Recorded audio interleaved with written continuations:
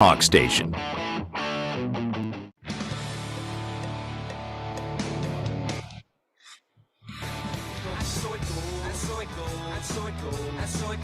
We could not be more excited or surprised. I know. With our next guest. Thank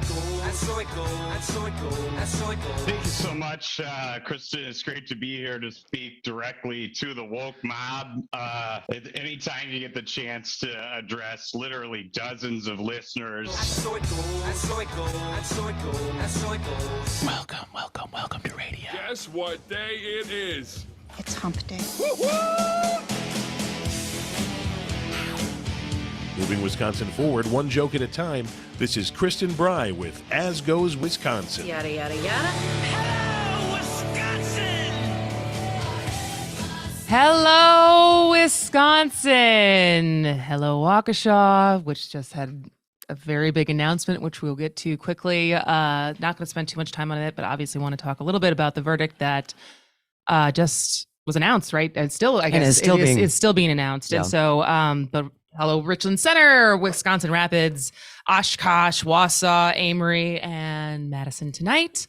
Good morning, Jane Mayer. Good morning, Kristin Brey. How are you doing? I'm fine. How was last night? Well, we'll get there in a second, because then we have to welcome, it's Greg Bach Day. It's Greg Bach Day. Hump Day, Greg Bach Day. I'm getting claps from Brooke. Yeah, round of applause. There it is. We're going to have, we only have one guest today. Madison Mayor Satya Rhodes Conway is here to talk about the new program, the Madison Forward Fund, which is their pilot guaranteed income program. And so I'm really excited to hear more about that because she was one of the biggest champions for that. And besides that, it's just the three of us. Going through some hot topics, deep cuts. The store in the mall? Oh, did you shop there? Of course. Look at me. Look at me. It's where like a metalhead could also possibly meet a girl. I didn't meet any girls. All right. Well, I don't know where to start because I feel like we should probably acknowledge, I'm going to be totally honest, with the Darrell Brooks case and the Waukesha parade, I didn't pay that much attention to the verdicts or to the trial because the whole thing makes me incredibly sad. The tragedy of everyone who was hurt and killed. I think he clearly does not seem like a mentally stable person, and the ways that he was defending himself and chose to not have representation and the whole thing, I just find incredibly sad. And I guess I kind of assumed where it was going to go. Yeah. And basically everything was coming because it was 76 counts. I believe it's 76 individual counts and they read them all. And we were airing it before our show. And then we decided we kind of saw where it was going. Because everything, at least the first 7 counts were all guilty. Yeah. And I don't see it going anywhere else. Yeah. And it just hit the times too. Like, yeah. And we had Jessa Nicholson, who's a criminal defense lawyer, on yesterday, and we didn't talk about this case at all. But I don't know if this is justice or if there is mental help that he should still get, despite him having done such a heinous thing and taking so many lives. But I don't know. I don't know how I feel about all of it because I think I've just kind of been avoiding it. I think.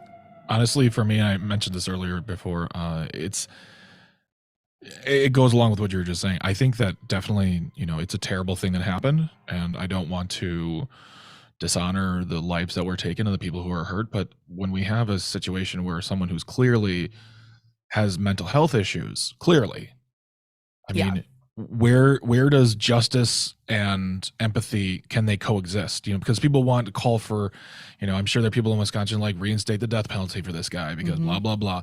But the fact is if he's not mentally stable, we have a responsibility to help those individuals as well. I'm not saying he should go free. I'm not saying he should be exonerated. I'm not saying any of those things. I'm simply saying you can have justice. He can be found guilty, but you know what? He doesn't belong in the prison system. He belongs in a facility because that's just the case in front of me personally. But that's probably not that is not what's going to happen. because that's not how we operate. Yeah. Well, and we don't have enough facilities. Unfortunately, I think there's probably a fair amount of the prison population that belongs in a mental health facility. Mhm. And we just don't have those anymore. I remember when they were closed in the 80s. Yeah. And the whole idea was to have neighborhood treatment centers and that kinds of things. And Not in my neighborhood. and then there's that. Yes. Yeah. Not in my backyard. Yeah. And I don't know, maybe after I sit with it for a couple days, I'll have more insight into it. Do you have any gut reactions to this? Because we really haven't covered it on the show at all. We haven't. I've looked at bits and pieces of it. The one thing I didn't ever see was what his defense was, because again, he was allowed to represent himself. It was all over the place with like the disruptions and the him disruptions getting, and like the questions and the just and so I never heard him put forward what his defense was. I don't believe he claimed he wasn't there. Yeah. Yesterday I heard something about, well, he honked his horn, so then people should just have gotten out of the way. So yeah, it's as you said, it's disturbing on so many different levels, certainly for the families who lost loved ones and all the people that were injured, and just the collective trauma of the community. Connor, the producer for Earl, who's in here before me, he was living right above the route Oh wow. when it happened, and said that will stay with him forever. I mean, he defended himself, and I'm just looking at the article that the Times posted. This gives you an idea of where his mind might have been. He declared that he is a sovereign citizen, claiming that laws and legal proceedings of the United States do not apply to him. And I think throughout the trial, he proved that he is not someone who is trying to fake it to be insane. I think he is. I don't like whipping that term around a lot, but I don't think he is mentally balanced. Yeah. And I wish there's something that could be done for him, but that's not what's going to happen. He's going to go to jail and he'll go to prison, and quote unquote justice will be served. And it was, I mean, with 76 counts, He's forever. Yeah, he's done. Yeah, he's done. So that's a somber way to start the show. Because also, I mean, in any way to revive this segment, but I don't even know if I can, because last night was wonderful. I drove 2 hours in the rain up to Green Bay and 2 hours home, and it was totally worth it. Nice. It was an event mostly put on by Kristin Shelton's campaign team and the Brown County Democrats for abortion rights. It's a fright night for abortion rights. And the panelists were women who are running, either one running for state senate, and then the rest were running for assembly districts. Was Lee Snodgrass there? She was not. I was going to ask her, like, hey, why'd you unfollow me on Twitter? I know why she unfollowed me on Twitter. But it was emotional. It was great. It was emotional. It was great. I tried to tell some jokes to lighten the mood every once in a while, but then also was very serious as far as my own feelings about where we are right now. And it's frustrating because there are 24 counties out of our 72 counties that currently do not have an OBGYN. What? We talked about Marathon. Was it Marathon or Marinette? I think it was Marathon. And I found out last night it's actually 24 out of 72 with no OBGYN at all. OBGYN, and that will, if we don't change this law, that will only get worse. And you're referring to the 1849 abortion ban. Criminal abortion ban, and that will only get worse as far as more doctors not being willing to practice here because they are afraid they're going to be convicted. Mm-hmm. And more women will have to travel further to get any kind of help. And stories of women bleeding for 10 days or having sepsis, and I kind of made a joke, because if I get pregnant next year, if I get at any point from now and in perpetuity, if I get pregnant, it's a geriatric pregnancy, which is a higher risk. Yeah. And living in a state where if there are complications, that becomes a lot harder. And then I think the frustration is there's living and then understanding that there's men in my life who that is not a priority for them in the way that they're voting. Yeah. And so You talk. But it's hard to wrap your head around. Yeah, It yeah. is that. Well, I just, it's shameful too that we have to wrap our heads around a concept like this, that a whole swath of the population are just being thrown to the side. And there are people in that population who are voting against their own interests. And I'm super proud of you for going up there and doing that. I'm super proud of you for saying the words you say regarding these matters. And I adore you, and you're wonderful. And for those who are listening, vote. You can vote now. Register to vote. Register on the day. Get out there, because, hot take. The guy who wants to dethrone the current governor, he does not care about you.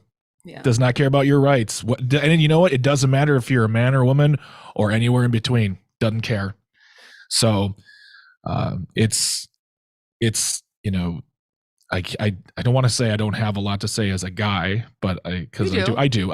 It affects everyone. And this is what we were talking about Yeah. last night, is that it's not just health. It's not just women. It's an economic issue.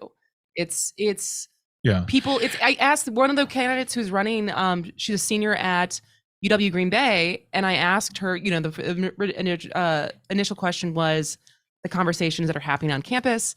And then I followed up with, how many of your friends are going to leave Wisconsin? Yeah. Like, she was like, she's running and she's in a very gerrymandered district. So she has an uphill battle, Yeah. but she's talking about law school and stuff. And when she decides on where she wants to go, this matters. This matters as far as our population and our working population and where people want to live and where people want to work. And it is a bigger deal than just these sluts who want to get abortions and use it as birth control. And the one thing that infuriates, well, there are several things that infuriate me. We're starting off saucy today. Welcome to a new segment we're calling "What Grinds Jane's Gears." But what's left out of this whole equation are all these new daddies, Yeah. and all the new daddies' financial obligations. And I am waiting to hear about greater protections for women who have to give birth, and what extra steps are going to be in place for them to get child support for 18 years. Yeah, people don't even talk about Well, that. That never comes up. Never going to come up. Never has come up. Never will come up, because a lot of not a lot, I shouldn't say. There are many men out there who vote against these issues because they affect them completely. So, All right, well, off to a good start for today's show. This is As Goes Wisconsin, and we'll be right back. Anybody? Guess what day it is? Anybody? Mike. Huh? What day is it, Mike? Huh? Woo-hoo! Mike. Huh? What day is it, Mike? Huh? Oh, come on, I know you can hear me. Listen, guess what? Early voting is open now and through November 4th at your city, town, or village hall. Go to myvote.wi.gov for details. Paid for by Blue Sky Waukesha. Hi, everyone. Listen to my show, The Matt McNeil Show, weekday afternoons at 3 p.m. on the Shaw 101. 1 hour every weekday where we'll talk all sorts of things like politics, especially with what's going on this election season, plus a lot of other things, too. Parenting, the arts, religion, music, beer. If it matters to Wisconsin and Minnesota, we'll talk about it. Phone calls are welcome at 952-946-6205 for 1 hour each day. Come see the train chimp, The Matt McNeil Show, with the aggressive progressive Matt McNeil, 3 p.m. weekday afternoons right here on the Shaw 101.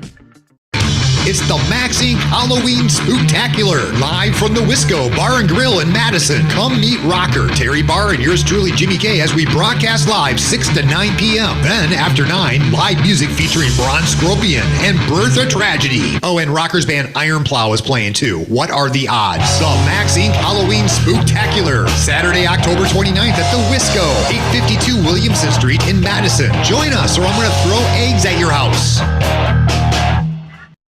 Right now, we all feel a little disconnected. For seniors living alone, the isolation can be overwhelming. Connect with an older loved one and have the conversation of a lifetime at StoryCorpsConnect.org/AARP.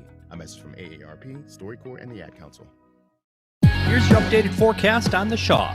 Sunshine mixed with clouds at times this afternoon, with daytime highs approaching 52. Northwest winds 10 to 15 miles an hour. Clear skies tonight, lows level off around 33. Mainly sunny skies and calm tomorrow. High temperatures reach up to 54. Dry with temperatures near average Friday and Saturday and highs in the upper 50s. For Civic Media, I'm meteorologist Derek Height. Currently, it's 41 degrees.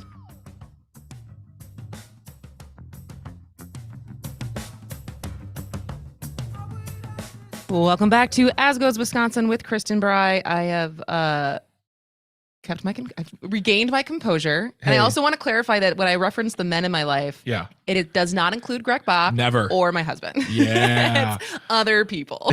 Other people's stupid opinions.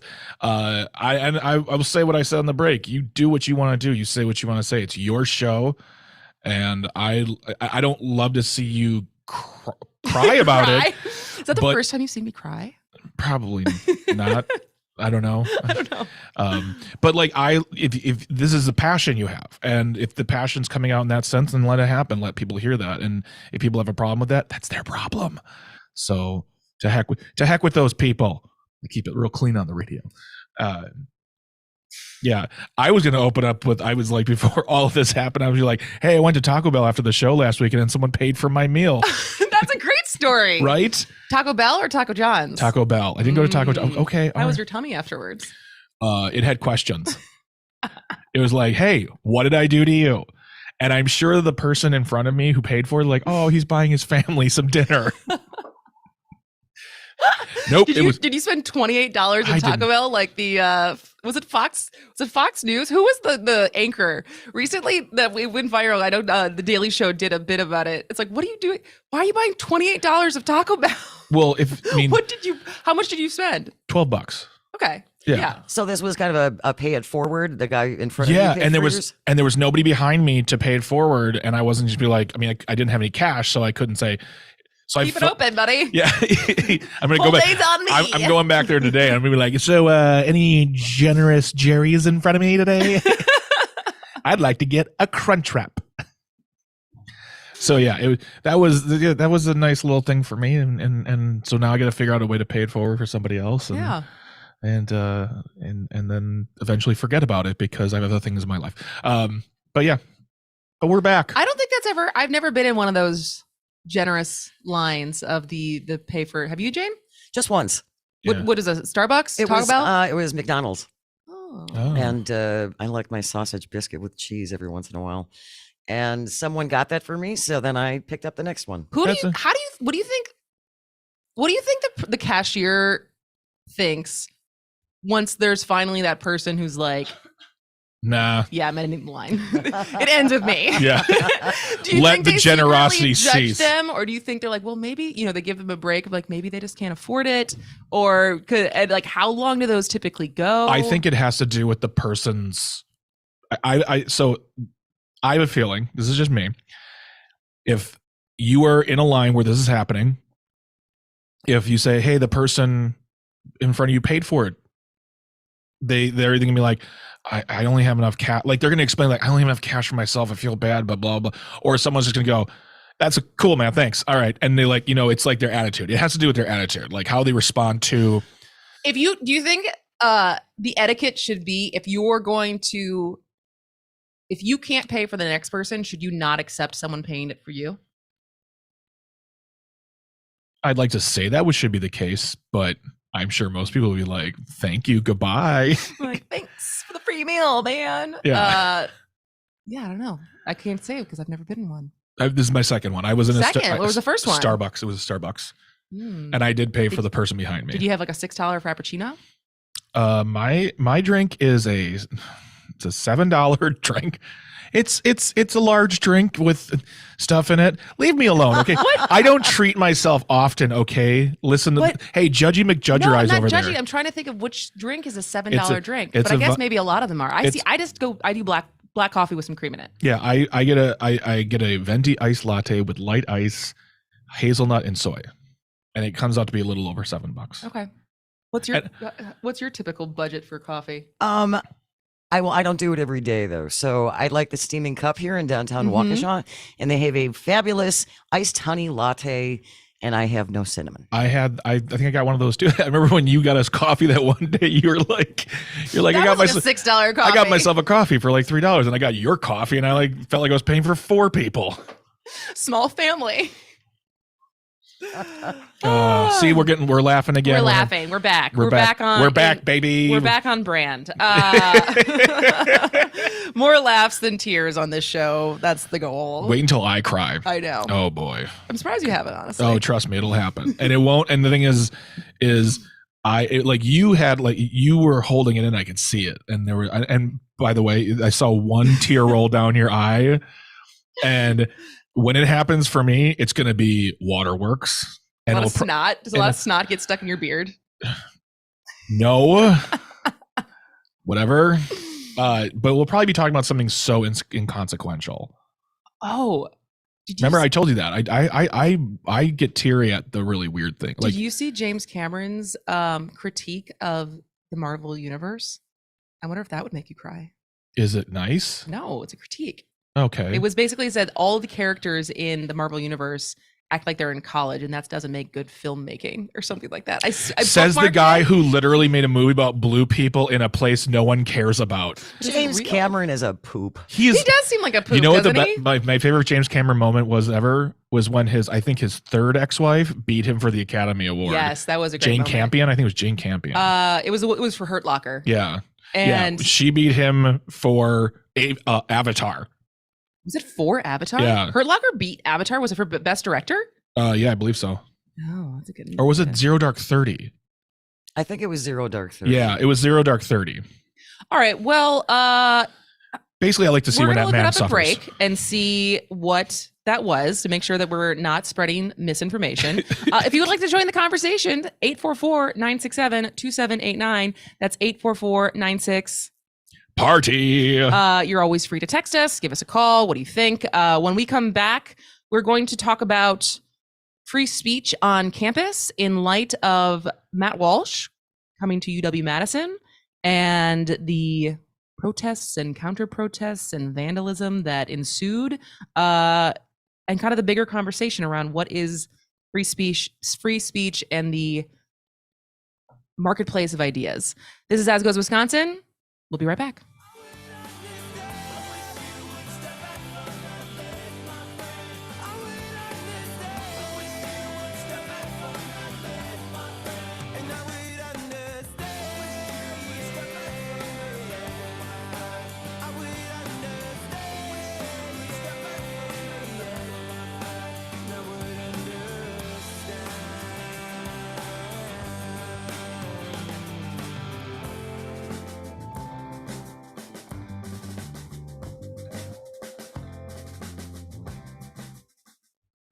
The Shaw 101 FM, your fix for progressive talk. From Big Bend to Menominee Falls. Always streaming at WAUKradio.com.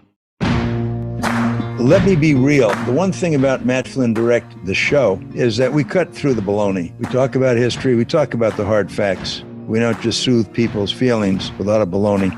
The blunt truth is that Manchin and Sinema keep whittling this thing down and obstructing it.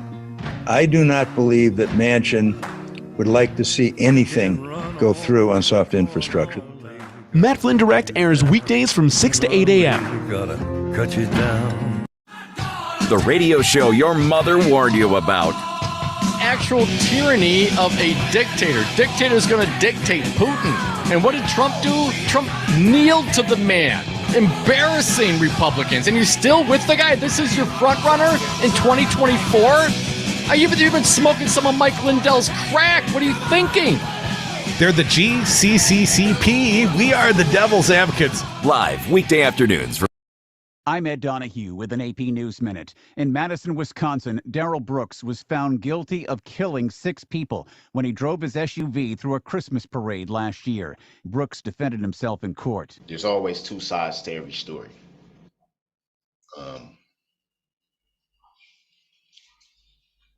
And for so long now, roughly a year, there's only truly been one side told of this story. But Brooks was confrontational and erratic at times. Prosecutors say Brooks drove his Ford Escape into the Christmas parade in Waukesha in suburban Milwaukee, November 21st, moments after fleeing a domestic disturbance with his ex-girlfriend. Brooks pleaded not guilty by reason of mental disease, but withdrew the plea before the trial began with no explanation. He struggled to mount a defense, at one point muttering under his breath, the trial wasn't fair. I'm Ed Donahue.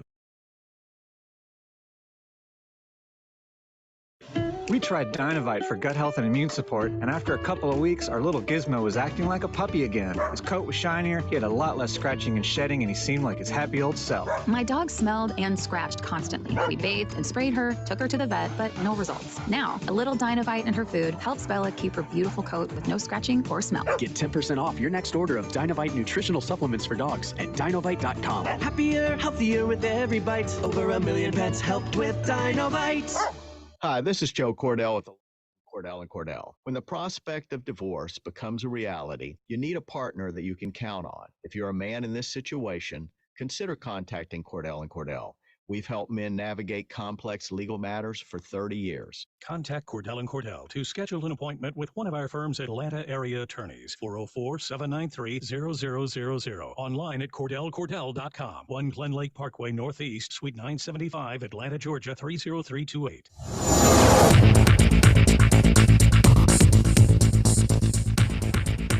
For Civic Media, I'm Jane Matnier with your headlines. Expanding high-speed internet access in Wisconsin was the focus of a Tuesday meeting between government and industry stakeholders. Wisconsin could receive anywhere from $700 million to $1.2 billion as part of grants available through the Broadband Equity Access and Deployment Program. It was established under the bipartisan infrastructure bill passed by the Biden administration. Over 1 million people in Wisconsin still can't access or afford broadband service. The White House estimates 849,000 households could receive the benefit across Wisconsin. So far, roughly 276,000 households have enrolled in the program. Tuesday's workshop, part of efforts to develop a statewide 5-year plan for funding. You're listening to The Shaw, 101 FM, WAUK 540 AM.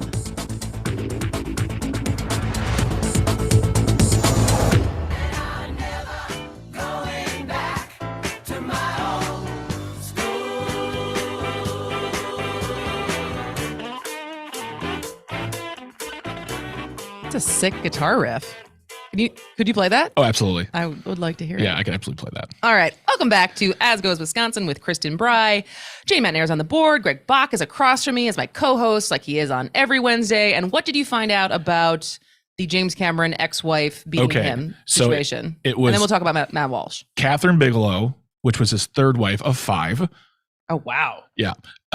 And she beat him, and Jane was right. It was The Hurt Locker in 2009. I was right. I'm sorry. You're right. You're right. We were wrong. Please both, don't take credit. We both said Zero Dark 30. And that movie, by the way, won like 20 awards. And she beat out James Cameron. And when she beat out James Cameron, I remember watching going, yeah. Because I genuinely think he does not make great films. You don't think Titanic was good? It's fine. But here's my problem with Titanic. Is that it is a movie about a huge moment in human history, a tragedy, where the death of 1,500 people are the backdrop of a fake love story. So do you think the movie could have been better if it was if there was more of an ensemble piece of like true, like potentially historical fiction, like real people besides the unsinkable Molly Brown. Yes. And like versus just Kate Winslet and Leo being the main story. The hubris of a company to build a ship that wasn't properly made or properly finished. The whole thing, like there's a story there and it's a true story. And instead they built around this weird love story with, paint me like one of your friends. Shut up. We're on a sinking boat. Okay. We're on a sinking boat. Have you seen the musical? No, I heard it. And I was trying to make it a sinking pun joke. Did you see Titanic 2? I'm not kidding you. Did you see Titanic 2? No, because I didn't even know there was a Titanic. There's a Titanic 2. Electric Boogaloo. It's my understanding that Cameron only wanted to make that movie because he wanted to go in a submersible down to see the Titanic. That is the ultimate rich white guy thing. Like, I want to make a movie. I want to go down and see a boat that no one cares about anymore. Is it more than the penis rocket? What?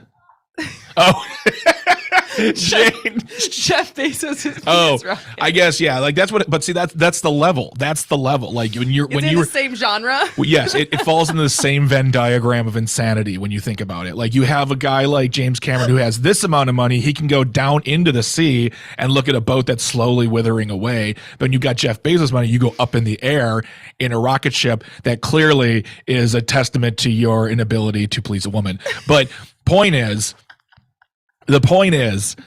that like James Cameron's films, like I could watch the heck out of T2. Yeah. I can watch the heck out of the first Terminator movie, and I'll even get on board. Nope, that's it. That's it. Oh, I guess Aliens. Alien? He did Aliens. I believe. It plural or singular? The second one's plural. The first one's singular. Okay. That's the difference between the two. But like James, my point is going back to what you said before in the previous segment. He has no right to critique Marvel movies when he has been making movies that are lackluster at best and just are big spectacles. What about Scorsese? Because he's also criticized. So I was listening to an interview with Kevin Smith about this. Okay. Is Kevin Smith of Clerks yes, and Dogma and Clerks 2 and Clerks 3 and all the movies. Jay and Silent Bob. Jay and Silent Bob Strike Back and the reboot. Okay.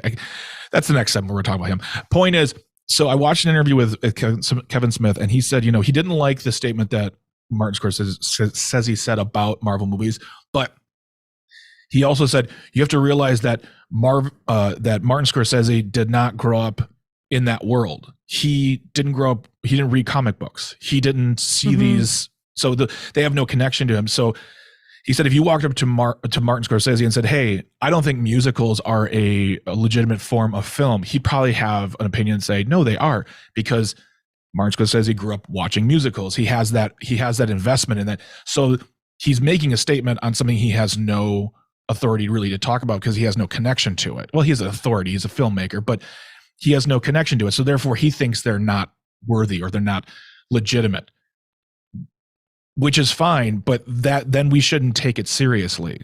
Just because Martin Scorsese says it or James Cameron says it or Ridley Scott says it, it doesn't mean they should be taken at any sort of real like, oh, well, if they don't think it's right, then I'm not going to go see Black Panther 2, Wakanda Forever. Can't wait for that movie. I can't. I got my ticket already. Wow. Oh, yeah. I bought the day. This is what I do. Every Marvel movie that comes out, the day the tickets are available, I buy the 3 p.m. showing at the Renaissance Theater in Racine, buy one ticket, go by myself.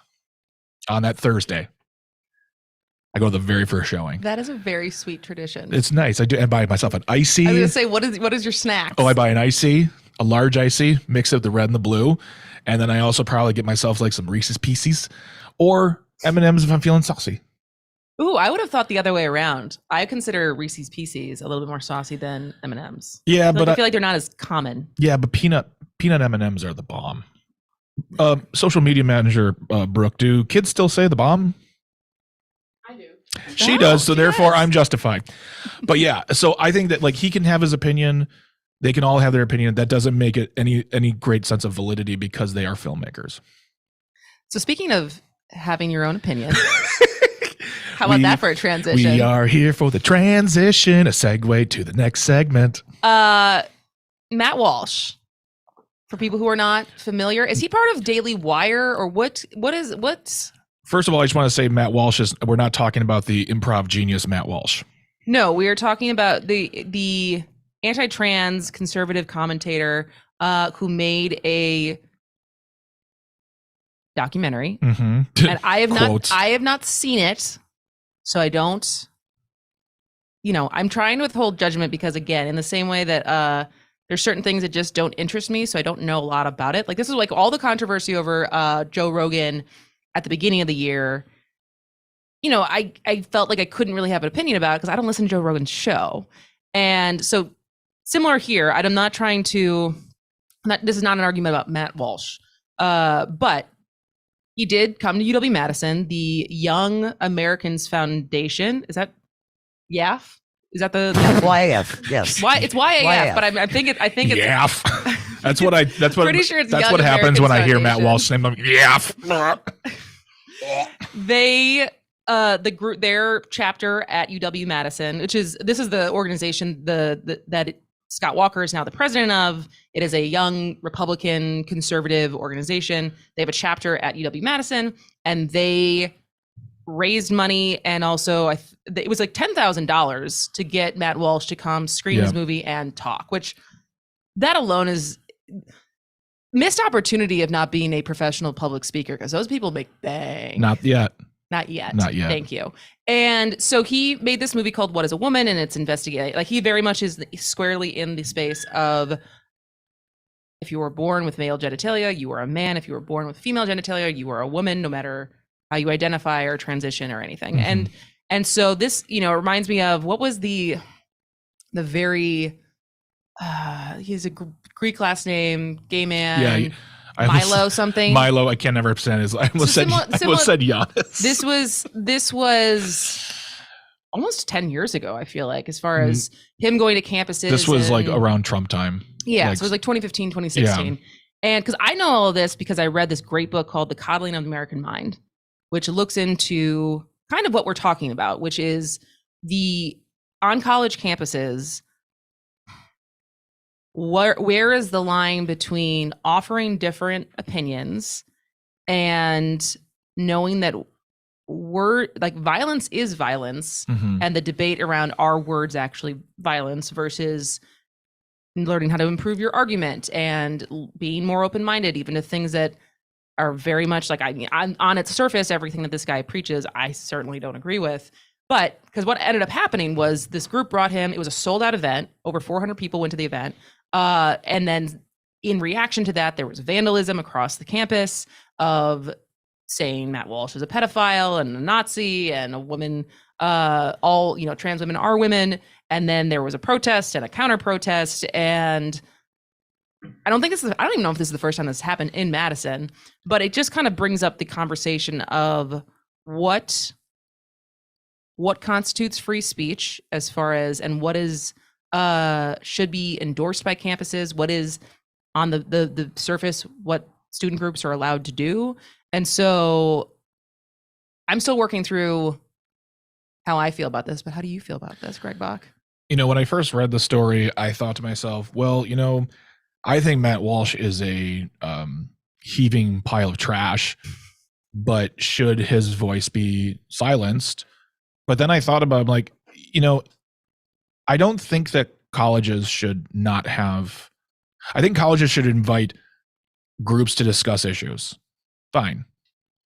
But what Matt Walsh does has more vitriol, has more I don't want to say violence behind it, but it what it does, those words, similar to like a Jordan Peterson type of individual, is that they present themselves in a button down, in a suit, with highfalutin words, very college words, and then people take them and they distill them down and then they use them to get in other people's faces. So there is a sense of aggression. I won't say violence, but there's aggression behind those words they say.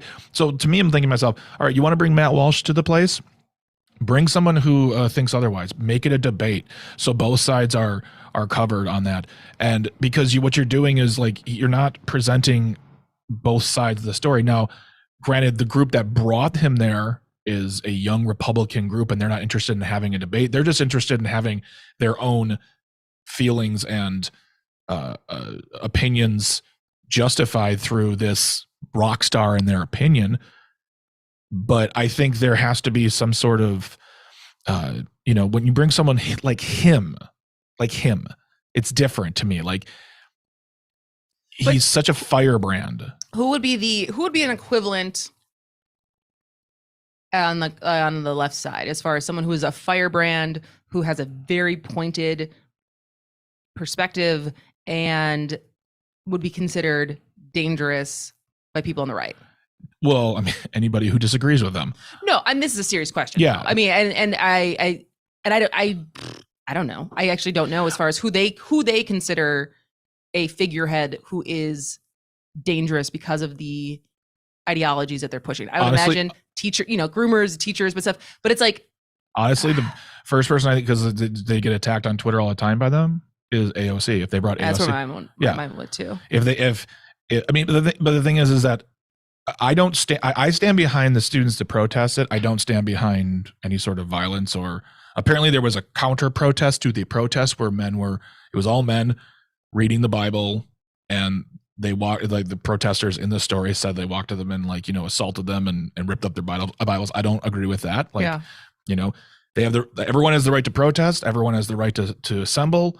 I don't believe that having graffiti all over the place really gets your point across. Kind of talking about what we talked about last week, where people are now going to focus on that rather than your message. Mm-hmm. But I also understand the anger at having friends who are trans who go through this problem all the time. I think you invite this sort of behavior if you bring someone like Matt Walsh. They knew it was going to happen. They had to have known. And I think secretly, whether it's the group who invited him or the people in the faculty who agree with this man, they're thinking to themselves, this is going to be great, because they're going to whip up some protests, and these people are going to, in their eyes, look like fools because they look like a bunch of snowflake college kids who can't handle a differing opinion. But is that kind of true? That they can't handle a different kind of opinion, and that,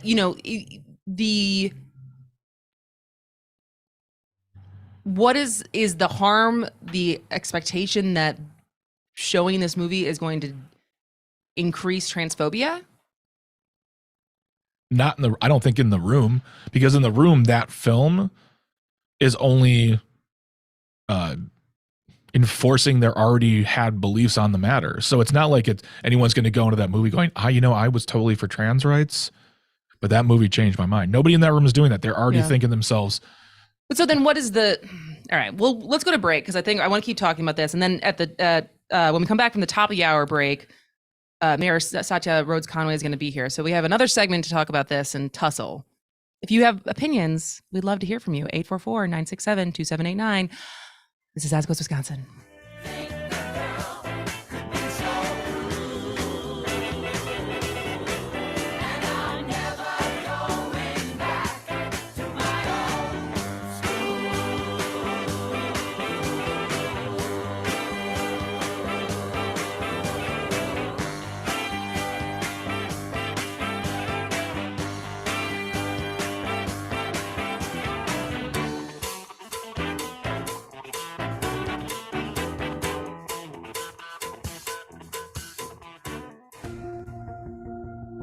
Multi-millionaire Senator Ron Johnson won't stop trying to cut our Social Security. But you don't have to take my word for it. He just keeps saying it. Talking about benefit cuts. Do you need to reduce benefits, maybe on a means-tested basis? Or forcing seniors to work longer. But you have to factor that in the programs, probably in terms of raising retirement ages. And if that wasn't scary enough, now he's saying Social Security shouldn't even be guaranteed. And if politicians in Washington didn't renew it every year, it should end. I guess ending Social Security isn't a big deal if you're as rich as Senator Ron Johnson. But for the rest of us seniors, it's a matter of life and death, literally. Paid for by AFT Solidarity, www.aft.org, and not authorized by any candidate or candidates committee. AFT Solidarity is responsible for the content of this advertising. Still looking for a reason to vote on Tuesday, November 8th? How about a lot of reasons? The economy, environment, women's rights, your safety and security. Learn more at myvote.wi.gov. This message from your Civic Media network of stations. Should I get it? Should I wait? Is it safe? It's okay to have questions. Now, get the facts. Visit getvaccineanswers.org so that you can make an informed decision when COVID-19 vaccines are available to you. Brought to you by the Ad Council. Here's your updated forecast on the Shaw. Sunshine mixed with clouds at times this afternoon, with daytime highs approaching 52. Northwest winds 10 to 15 miles an hour. Clear skies tonight, lows level off around 33. Mainly sunny skies and calm tomorrow. High temperatures reach up to 54. Dry with temperatures near average Friday and Saturday, and highs in the upper 50s. For Civic Media, I'm meteorologist Eric Height. Currently, it's 41 degrees. Maybe we was making straight A's, but we were stuck in the dark days. Don't take much to memorize your lies. I feel like I've been hypnotized, and then that magic man, he come to town. Well, welcome back to As Goes Wisconsin with Kristin, Brey, and Greg Bach, because it's Wednesday. Why are you looking at me so confused? Is hypnoticize a word? I don't think it's a word, Jane. It is according to Jack Black. Oh, it's Jack. Never mind. Okay. Jack Black looks like me now. I know. We replayed because I think it was last Thursday because it was a season opener for the Bucks, and we played his Antetokounmpo. Oh. We love you. That song. I love And I rewatched his performance, and I certainly thought that to myself. I said, he looks like Greg Bach, except probably a foot shorter. Yeah. Not a bad thing. That's yeah. He's a much better singer than me. So we are talking about the recent event of Matt Walsh coming to UW-Madison's campus. And for a reminder, Matt Walsh is a anti-trans conservative commentator. Anti-masker, anti-COVID, anti-woman, anti-everything. He's a douche. Like, yeah, go on. and the vandalism and protests and counter-protests that happened subsequently. And you had asked during the break about the book that I referenced. Correct. And so it's called The Coddling of the American Mind. And it's written, it's two co-authors, one of whom is Jonathan Haidt, who wrote The Righteous Mind, Why Good People Are Divided About Politics and Religion, which is one of my favorite books and really opened my mind, I think, and changed how I approach tough topics. Because I think earlier in my life, I was much more righteous about you're bad if you don't agree with me. And I think our instincts, probably my gut instinct is still there, but in the attempt to how I talk about these things, how I talk about things with people who don't agree with me, how I talk about things who just don't have enough information. And so their instincts lead them to gravitate towards certain opinions and stuff. And so like, I loved that book. So then I read this one, which I'll just read the synopsis because it has been a little while since I read it. But something has been going wrong on many college campuses in the last few years. Speakers are shouted down. Students and professors say they're walking on eggshells and are afraid to speak honestly. Rates of anxiety, depression, and suicide are rising. How did this happen? First Amendment expert Greg Lukanoff and social psychologist Jonathan Haidt show how the new problems on campus have their origins in three terrible ideas that have become increasingly woven into the American childhood and education. 1, what doesn't kill you makes you weaker. 2, always trust your feelings. And 3, life is a battle between good people and evil people. And so they go through the first half of the book is kind of outlining what the problem has become. And then one of which is helicopter parenting and the fact that they explore this idea that humans are anti-fragile and that we actually not only just our bodies, which is true, right? If you are in a coma and you don't move your body, you atrophy. Like you not only need, you need resistance in your life, in your body to maintain actual physical strength. And same thing in our minds, as far as coming up against ideas that that challenge your assumptions or challenge your opinions, helps you grow. And we are both mentally and physically anti-fragile creatures. And by continually insulating yourself by people who agree with you and not allowing people who are as controversial as Matt Walsh on campus to strengthen your argument or, actually have some resistance, you're not doing yourself or your peers you're doing yourself a disservice. So that's kind of the crux of that book. I really appreciated it. I think you should read it. Okay. But do you have gut instincts as far as how I just explained it? No, I don't. Well, the one thing that I read the synopsis as well, and I can't remember where it is on the website, but it said something led to increased anxiety. Was it increased anxiety, depression, and suicide? So I have a hard that I'm like I don't know if that really has anything to do with what's his face being kicked off the campus. It's bigger than the book itself is looking at there is things happening on campus. There are things they're not saying those two things are cause. Okay. They're saying there is outcomes happening. Yeah. One of which is the environment on campuses. One of which is, and there's two separate things. So they start the book saying kind of the trends that are happening on college campuses, but then also separately the trend of anxiety, depression, suicide among young people. And then the solutions, the why is these things happening? Yeah. Goes back to those tenets of the things that we usually think are true is like what doesn't kill you makes you stronger. Yeah, so I can agree with those things, but my thought is someone like Matt Walsh is going on a campus showing a film on a topic where he is patently he's patently wrong. He's trying to present a viewpoint that is just scientifically inaccurate, and then in its presentation is going to be used to hurt other people, whether it's directly or indirectly, like directly to their faces or indirectly through legislation or however, people writing things on Twitter and in news. I think people should have their beliefs challenged. I think that they should use those challenges to grow and strengthen those beliefs that they already have, or maybe take away and like learn something else. But when you bring someone like a Matt Walsh onto campus, I don't want to say that, I'm not saying that UWM is endorsing his beliefs, but what they're doing is that they're giving this group of people who can afford $10,000 to pay this hack transphobe to speak on something he knows nothing about. He made a documentary about it. Well, you know what? You ever see Plandemic? But like those individuals in that audience then are going to take that information and use it to their advantage, use their privilege, their opportunity to disseminate that and to get on other people's faces. And when somebody gets upset and they cause graffiti or they might get physical, it's because at that point, I think it has less to do with like just the fact that their basic belief system, but their own safety is being threatened.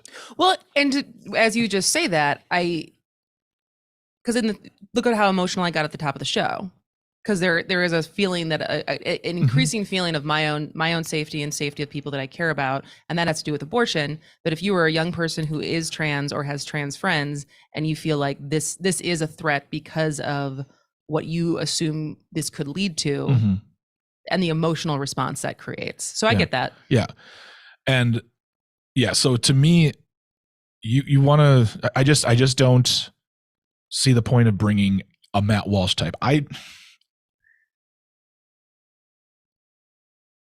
honestly, I don't see the point in bringing anybody who has that point of view to a college campus, because at the end of the day, what's the main purpose for a university or college campus? It's to learn, it's to educate, it's to grow.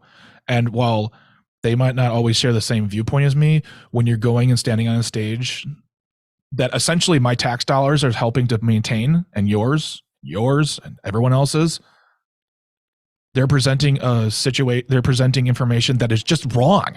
Period. Yeah. It's wrong. Someone can get on stage and talk about like, hey, I believe in these economic principles, and fine, we can have a discussion, but not this. Yeah. All right. Well, we probably could keep talking about this, but we got to stop. We got to go to a break. But why? And when we come back, we're going to talk to Satya Rhodes Conway, who's the mayor of Madison. Stick with us. This is As Goes Wisconsin.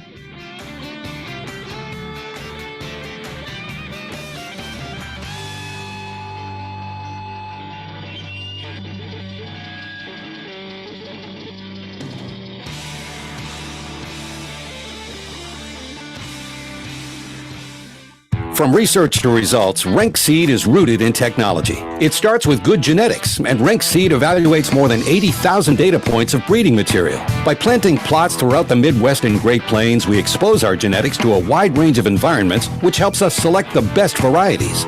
We then utilize the latest technologies, including robotics and color sorters, to ensure the highest germination and the best quality of seed, tirelessly striving to better serve our customers. Rank Seed.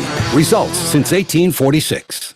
Hey there, fellow working class heroes. I'm Rick Smith, host of The Rick Smith Show, and we are now on the air in Waukesha, live weeknights 8 to 10 p.m. right here on WAUK 540 AM, 101 FM, The Shaw. Turn on, tune in, and help us rebuild the American dream. Check out our website at thericksmithshow.com. The Rick Smith Show, where working people come to talk. Weeknights 8 to 10 p.m. right here on WAUK 540 AM, 101 FM, The Shaw. You are listening to WAUK 540 AM Jackson, W266 DR Waukesha, always streaming on the AP News. I'm Ed Donahue. The verdict is in from Wisconsin for Darrell Brooks. He was on trial accused of killing 6 people and injuring dozens of others when he drove his SUV through a Christmas parade last year. We, the jury, find the defendant, Darrell E. Brooks, guilty of first-degree intentional homicide as charged in count 1 of the information. Brooks faces a maximum life sentence on each homicide count. He fired his attorney before the trial and defended himself. He was erratic and at times confrontational. 3 men accused of supporting a plot to kidnap Michigan's governor heard their verdicts today. For count 1, gang membership felonies, we find the defendant guilty. Count 2, providing material support for an act of terrorism, we find the defendant guilty.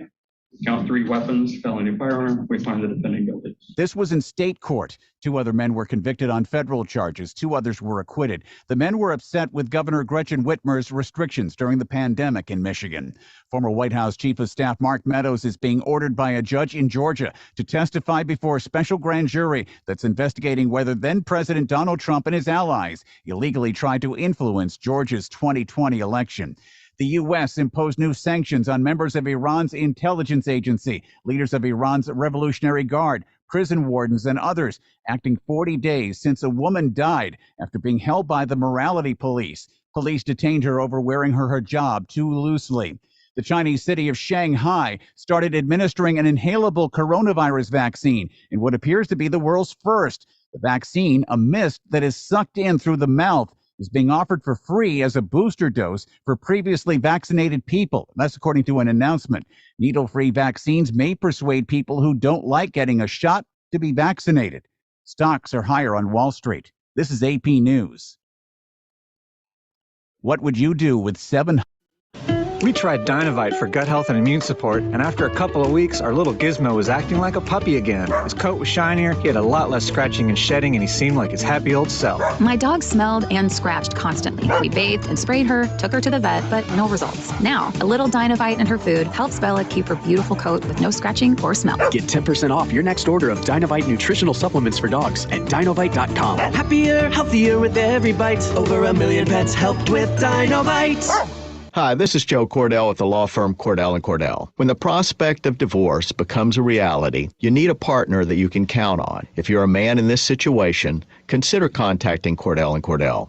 We've helped men navigate complex legal matters for 30 years. Contact Cordell & Cordell to schedule an appointment with one of our firm's Atlanta area attorneys. 404-793-0000. Online at CordellCordell.com. 1 Glen Lake Parkway Northeast, Suite 975, Atlanta, Georgia 30328. WAUK 540 AM. That's tonight's Franklin's Powerball Choice jackpot, for News about Talk Radio. $700 million. Streaming 24/7 at WAUKRadio.com. Hump Day equals Hump Day. Greg Bach Day. It is. It is. Put that on your tombstone. Oh, yeah. Listen Monday through Friday from 11 a.m. to 2 p.m. for As Goes Wisconsin with Kristin Brey. Yes. You've just convinced me towards a burial service now. That's it. Was it cremation before? Was that your go-to? Viking funeral? Listen to As Goes Wisconsin with Kristin Brey right here on the Shaw 101 FM and WAUK 540 AM.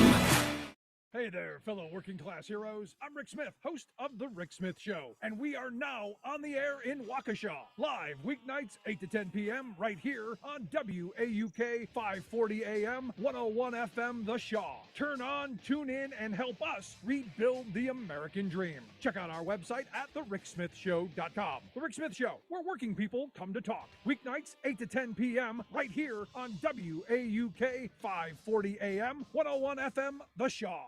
The Devil's Advocates. Hey, Jenny. It's up to all of us. It's not just up to Democrats. Are we ready to rid our country of this perversion and deception? You know, are we sick of massacres at churches, grocery stores, theaters, concerts? Are we sick of adults forcing children who are raped into pregnancy? When is enough that we're going to vote out those fascists? I'm putting you down for call. I'm not sure if she's calling or zooming. We have to carry these messages, even if the Democratic Party is incapable. You keep it up, sister. Follow the Devil's Advocates on Facebook and Twitter.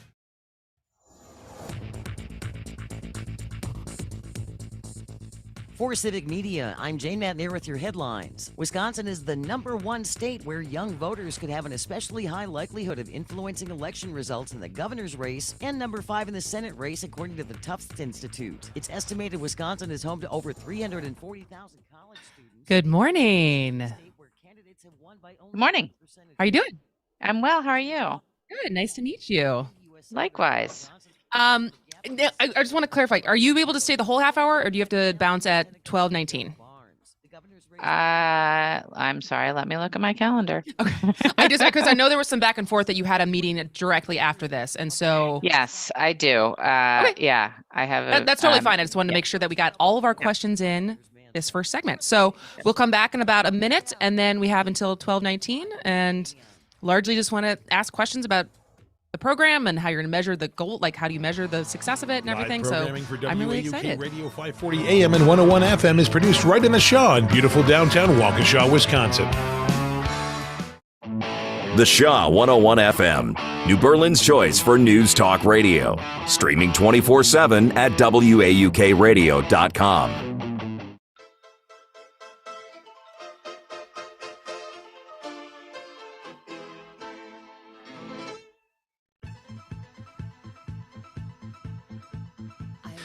Welcome back to As Goes Wisconsin with Kristin Brey. So remember the conversation around a universal income when the Andrew Yang was running for? Yeah. So that hasn't gone away. Oh. So there's still different cities and municipalities and groups that are trying to continue to explore what it would take to have some sort of guaranteed basic income with no strings attached. And so I think probably not shockingly, the first city to do it in Madison, in Wisconsin, is Madison. And so Madison's guaranteed income experiment is up and running, and a total of 155 Madison families are getting $500 a month, no strings attached, for a full year. And I read this. I knew that there was talks about it happening, but I saw that I think they're in month 2. And so here to talk it through more of the details of the program, what the measurements of a success are, is the 58th mayor of Madison and the primary champion of this program, Mayor Satya Rhodes Conway. Welcome to the show. Thank you. It's a delight to be here. And so, I feel like I've been watching you from afar for so long. I'm from Madison originally, and so watching you since I've moved back, and all the great things you've been doing in Madison has been really fun. So I'm very excited to finally meet you, even though it's virtual. But thank you. What are the basics of the program? So the Madison Forward Fund is Madison's guaranteed income experiment. And like you said, this is a year-long program where 155 families are getting $500 a month. And thanks to our partner Task, they actually received a debit card, and that card is loaded on the first of the month with that $500, and they can use the money on anything they want. And you know, the idea here is that families know what they need, right? And some months they might need school supplies, and another month they might need to, a car repair, or help with a medical bill, or groceries, or Christmas presents, whatever it is. And that this is about learning how the guaranteed income impacts these families' lives. And so one of the unique aspects of this is that it is actually a randomized controlled trial.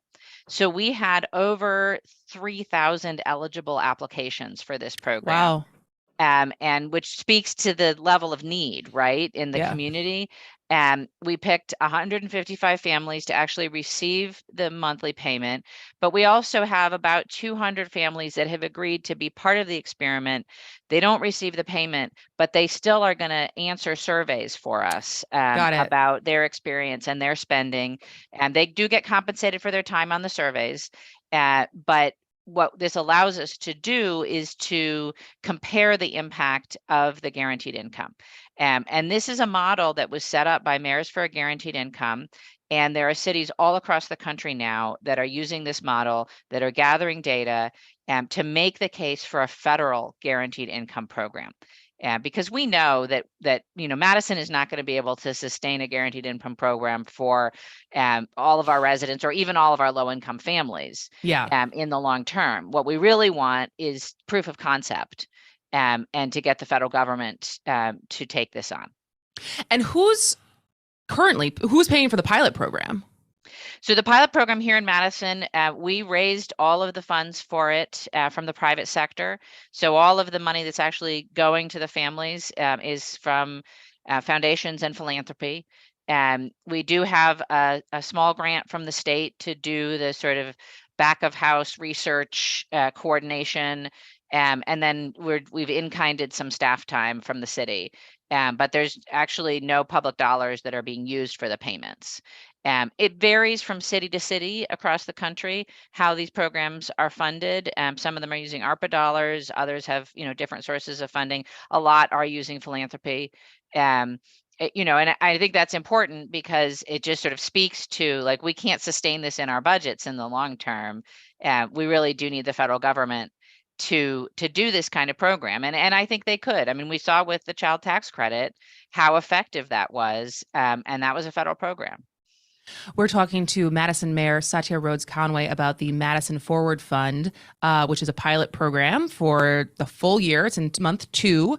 And so as far as when you said 3,000 applicants, and what was the qualifying criteria? Like what bucket did you have to fall into to be part of the program? Sure. So we kept it pretty broad. To be eligible to apply for the program, you had to live in Madison. And you had to, your household income had to be under 200% of the federal poverty level. And you had to have at least one child under 18 living with you in the home. And that's it. Okay. And so as these programs are being piloted across the country, because I feel like when Andrew Yang was running and this idea of UBI, Universal Basic Income, was getting thrown around in 2020 and his arguments for it, but that was for a case of everyone, no matter how much money you make, would get X amount of dollars per month, no matter what.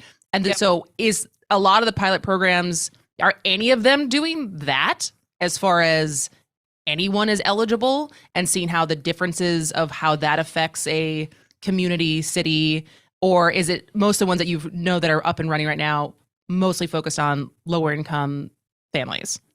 Yeah, so I mean, I think that that's an important distinction, right? So the difference between a universal basic income, which really is everybody regardless, and a guaranteed income, generally the guaranteed income programs are going to focus the program in a certain way. And generally it is going to be focused on at least lower income families, if not sort of technically defined low income.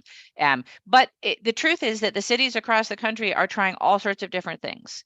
And they are targeted in a bunch of different ways. And some of them are for participants in, like, I think St. Paul, they have a program to connect families to banking services and employment. And so it's those participants that are in the guaranteed income program. In other places, it's focused on Black mothers. In other places, it's focused by geography instead of by any other category. And so it really is a wide range of the approach. And that's important because, again, the vast majority of these programs are doing the same sort of experimental design that we're doing, asking a lot of the same questions. And we will be able to aggregate our data and look at, what is the effect on different demographics or different geographies of a guaranteed income, and what can we learn in order to inform a federal program. And so what are there goalposts, or what is the measurement of success that you and the research team, because it's part the UW, there's a part of the UW system as far as an institution on poverty. I'm butchering the name. We're partnering with the UW Institute for Research on Poverty, which is based here in Madison, and then also with the University of Pennsylvania's Center for Guaranteed Income Research. Okay. And so some of the questions that we're asking, I mean, there's some of it's just really basic, obviously demographic data on the family, but then, where did you spend the money? And then we have questions about both physical and mental health. We have questions about housing and housing stability. We have questions about transportation. We have questions about involvement with the justice system. So there's a wide range of things that we're asking. And I think it's less that there's sort of a specific marker for success, although certainly what we hope is that this had a positive impact on people's lives. And more that we are really interested in the nature of that impact. And so what we've seen in other places, and in particular, there's a program in Stockton, California that has wound up and it has done their data analysis. They found some very interesting things. And one of the most interesting things is that it really improved not just people's physical health, but people's mental health and well-being to have this extra income every month. And the other thing that they found, interestingly, was that sort of contrary to the stereotype, people were actually more likely to be employed in getting the income, and were more likely to be able to access better employment. And so there's a wonderful story that comes out of Stockton of a participant in the program who, worked at a low-wage job and couldn't afford even to take time off to go interview for a better job. And when they got enrolled in the guaranteed income program, they were able to afford to take that time off to go interview for better jobs. And lo and behold, they got a better job where they're making more money. So I think it's a really powerful tool. And I'm hopeful that we'll see that kind of impact here in Madison. Well, it's interesting. Greg, you might be able to know this. There's a comedian who has a joke about trying to work your way out of poverty in this country is like doing a car paint job with a rake. And that we make it, because he's like, I came from like abject like poverty, and how hard it is to, and how much is stacked against you to try to claw your way out of poverty in this country. And I think one of the things that people don't necessarily always realize is with the benefits that are available, whether it's SNAP or the WIC, is that there's, when we say for this program, there's no strings attached versus the strings that very much are attached with other benefits as far as what brands you can buy. And so during the baby formula shortage, these low-income women and mothers, they can only buy a certain brand of formula. So even if that one was out of stock, they couldn't afford to buy the one that was in stock because there's limitations on what brands and what foods and what you can actually buy. And so I think the distinction of what's important about this program is you trust people that they know what they need to buy for their house. Yes, that's exactly the point. And it's nothing against the other programs, right? Like, it's really important that we support people having food access and having housing access and childcare supports and all of that. I think those things are important. But I do think that what's powerful about a guaranteed income program is, you can use the money for what you need.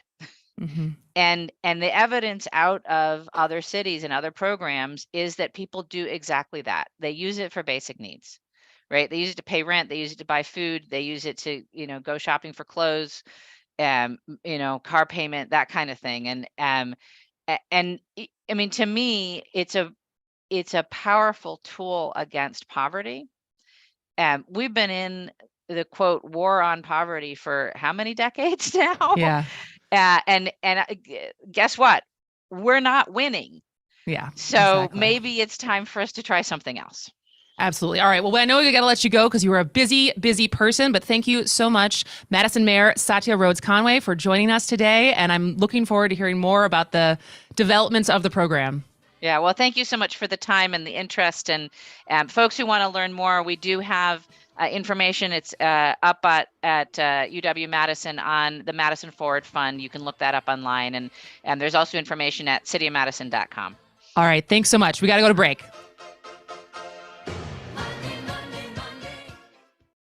Hi, everyone. Listen to my show, The Matt McNeil Show, weekday afternoons at 3 p.m. on the Shaw 101. 1 hour every weekday where we'll talk all sorts of things like politics, especially with what's going on this election season, plus a lot of other things, too. Parenting, the arts, religion, music, beer. If it matters to Wisconsin and Minnesota, we'll talk about it. Phone calls are welcome at 952-946-6205. For 1 hour each day, come see the train chimp, The Matt McNeil Show, with the aggressive progressive Matt McNeil, 3 p.m. weekday afternoons right here on the Shaw 101. President Trump lost the election. Joe Biden won the election. Collectively, Republicans got 1.661 million votes, 51,000 more votes than Trump got. He exhausted his cases. He exhausted the court challenges. All the Republicans voted for Trump the way they voted for the assembly candidates. He would have won. It was not rigged. It was not stolen. Donald Trump lost the election. Joe Biden won the election. It's really clear. This message was paid for by the People for People Corporation. Donate online at P4PPC.org.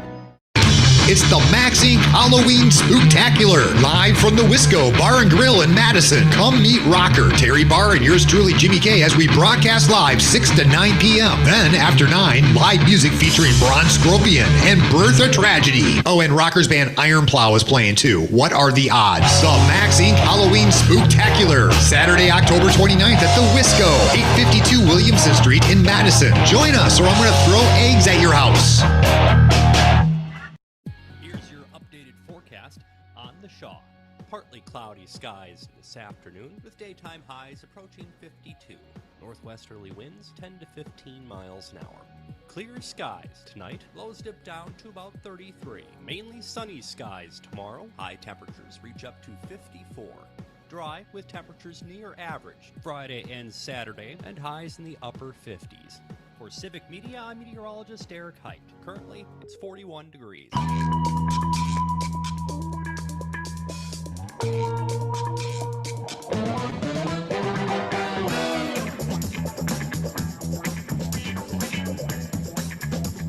Welcome back to As Goes Wisconsin with Kristin, Brey, and Greg Bach because it's Wednesday. That's like a cop show intro. Which cop show intro is that? It is called 70s cop show music. Oh, all right. There you go. Yeah, it is. Dukes of Hazzard. Dude, we're busting criminals on the hard streets of Waukesha. Do you think we're more like Dukes of Hazzard or Cagney and Lacey? Cagney and Lacey. Way cooler. Way cooler. Good answer. Yeah, Cagney and Lacey all the way. Dukes of Hazzard. Tyne Daly. They weren't. Oh, my From gosh. Wisconsin. Yes. Tim Daly from Wisconsin. There you go. I did my first acting job. Do you know this story? Of course not. My first acting job was when I was 17 and we were in LA and I booked an episode of Judging Amy. And my character had overdosed. No, I tried to commit suicide and I was in a coma. Oh no. But in the script and what we filmed, I woke up and I had some lines. Oh boy. Those lines did not make it into the final edit. Oh. And so since we were living in California, my parents had told everyone in Wisconsin to watch the show, but the show aired 2 hours before we were going to see the final episode. Yeah. And so we started getting messages saying, well, it was fun. We saw her on TV, but she didn't say anything. I was devastated. I was so embarrassed that I was like a glorified extra and that they never showed me waking up. So were you just a body? I was basically just a body. But my scenes were with Tyne Daly and she was she nice? Wonderful. She's so wonderful. So wonderful. Cagney and Lacey. I love that show. Yeah. And so fun story. Wonderful. I watched Judging Amy once. It was a fine. Good show. It was fine. It was about some lady who overdosed and was in a coma. She never talked. It wasn't a very good episode. I wasn't a fan. I just wasn't a fan. All right. Anyways, moving on. You brought this story up. Yeah. So gubernatorial hopeful Tim Michel's. I'm gonna start calling him Michel's because his name is spelled like Michelle, apparently calls the cops in Shaniqua a lot. So he and his wife own a $5 million home. Which is a lot. I just can't. Like when I say a $5 million, well, I'm surprised. I mean, I honestly give it up. I didn't even know he lived here. Yeah, apparently they call the cops a lot, and for very small things. And we're not talking about like someone's broken into our home or there's a fire. It's like, like one time he called he called the Waukesha County cops because he couldn't get a hold of his wife. So he couldn't get a hold of his wife for 3 hours.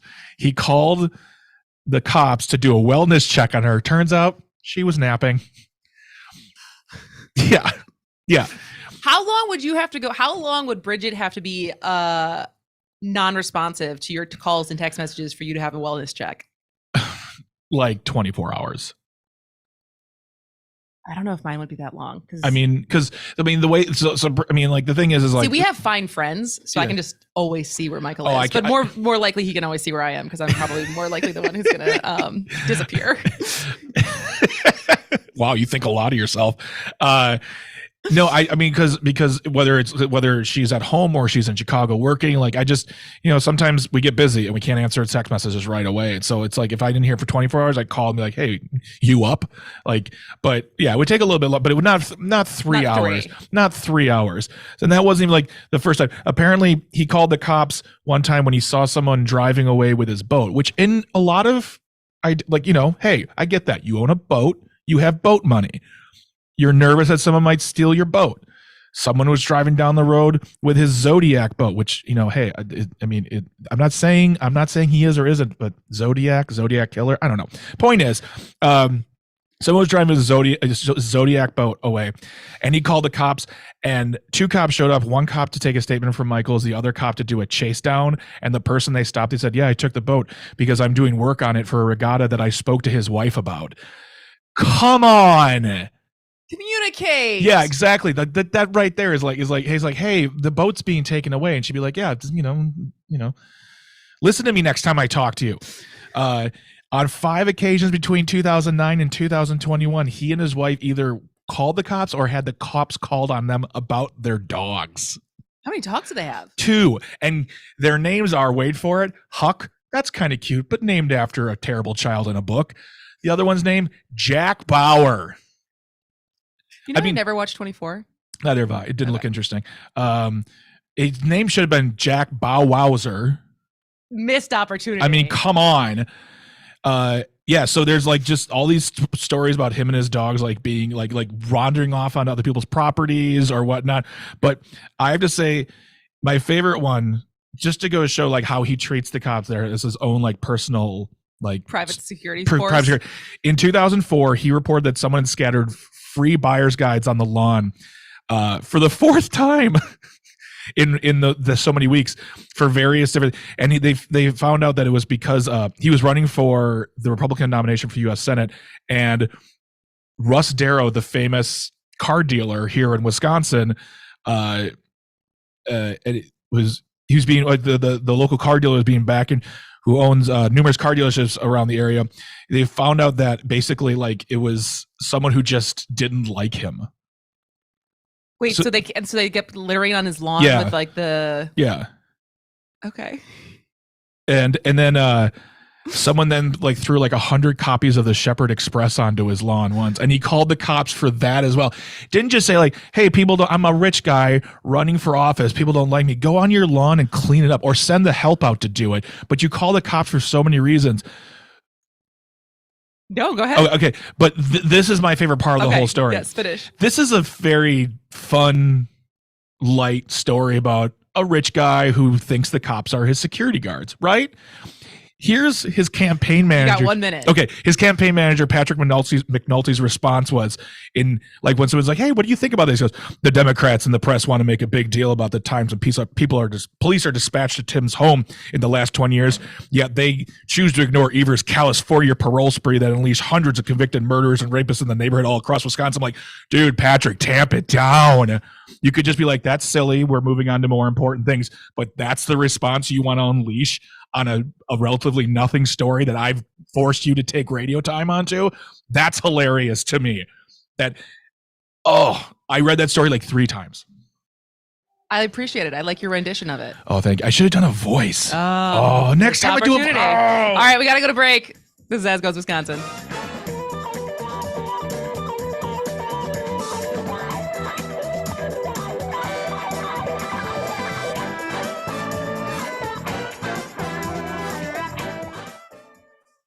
A progressive voice from Beaver Dam to Kenosha. WAUK 540 AM. Always streaming at WAUKradio.com. Hey everybody, I'm Joel Clayfish, and I've got a new show on WAUK 540 AM 101 FM The Shaw. It's called Raised in the Shaw with Joel Clayfish. I was born and raised in Waukesha, and you wouldn't believe what a springboard that is for a crazy exciting life. We'll talk provider lifestyle, hunting, fishing, and of course, cooking from field to table, because food's my favorite dish. We'll have local and national celebrity guests. Join us at 7 Thursdays for Raised in the Shaw. See you then. There's no way those clowns want honest debate. Because if you are a dirty, backstabbing swamp creature, you can't debate. They have no ability to debate. We take any calls on this show. You know that. I like the fact that we're open to everybody. We don't agree with everybody, and we can debate them, but we let them have their piece. They say their piece. Listen to Matt Flynn Direct weekday mornings from 6 to 8. I'm Ed Donahue with an AP News Minute. President Vladimir Putin is overseeing drills of Russian military forces. Putin's monitored the country's multiple practice launches of ballistic and cruise missiles into show of force amid the heightened tensions with the West over the conflict in Ukraine. Russian Defense Minister Sergei Shoigu says the drills are intended to simulate a massive nuclear strike by Russia in retaliation for a nuclear attack on Russia. The maneuvers followed Putin's warning about his readiness to use all means available to fend off attacks on Russia's territory, in a clear reference to the country's nuclear arsenal. As a part of the exercise, Tu-95 bombers also launched cruise missiles at practice targets. I'm Charles de Ledesma. NATO staged separate nuclear exercises as Putin again stood firm on the internationally rejected claim that Ukraine plans to set off a radioactive dirty bomb. On the battlefront, Russian forces targeted more than 40 villages around Ukraine over the past day. I'm Ed Donahue. We tried Dynovite for gut health and immune support, and after a couple of weeks, our little Gizmo was acting like a puppy again. His coat was shinier, he had a lot less scratching and shedding, and he seemed like his happy old self. My dog smelled and scratched constantly. We bathed and sprayed her, took her to the vet, but no results. Now, a little Dynovite in her food helps Bella keep her beautiful coat with no scratching or smell. Get 10% off your next order of Dynovite nutritional supplements for dogs at Dynovite.com. Happier, healthier with every bite. Over 1 million pets helped with Dynovite.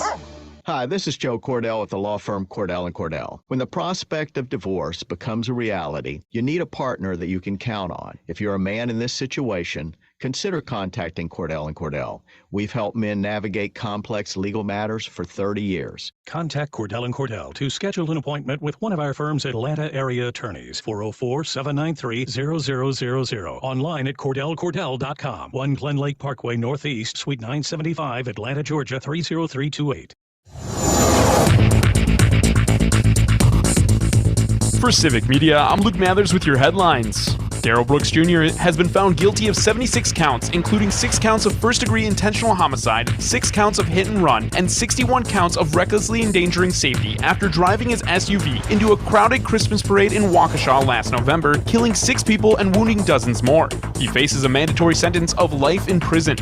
Prosecutors said in closing arguments yesterday he intentionally drove through the crowd at significant speeds and hit 68 parade goers. In his own closing arguments, Brooks Jr. tried to raise questions about the vehicle and about his intent.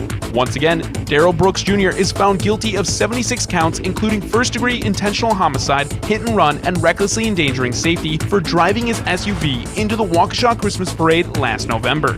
You're listening to the Shaw 101 FM WAUK 540 AM.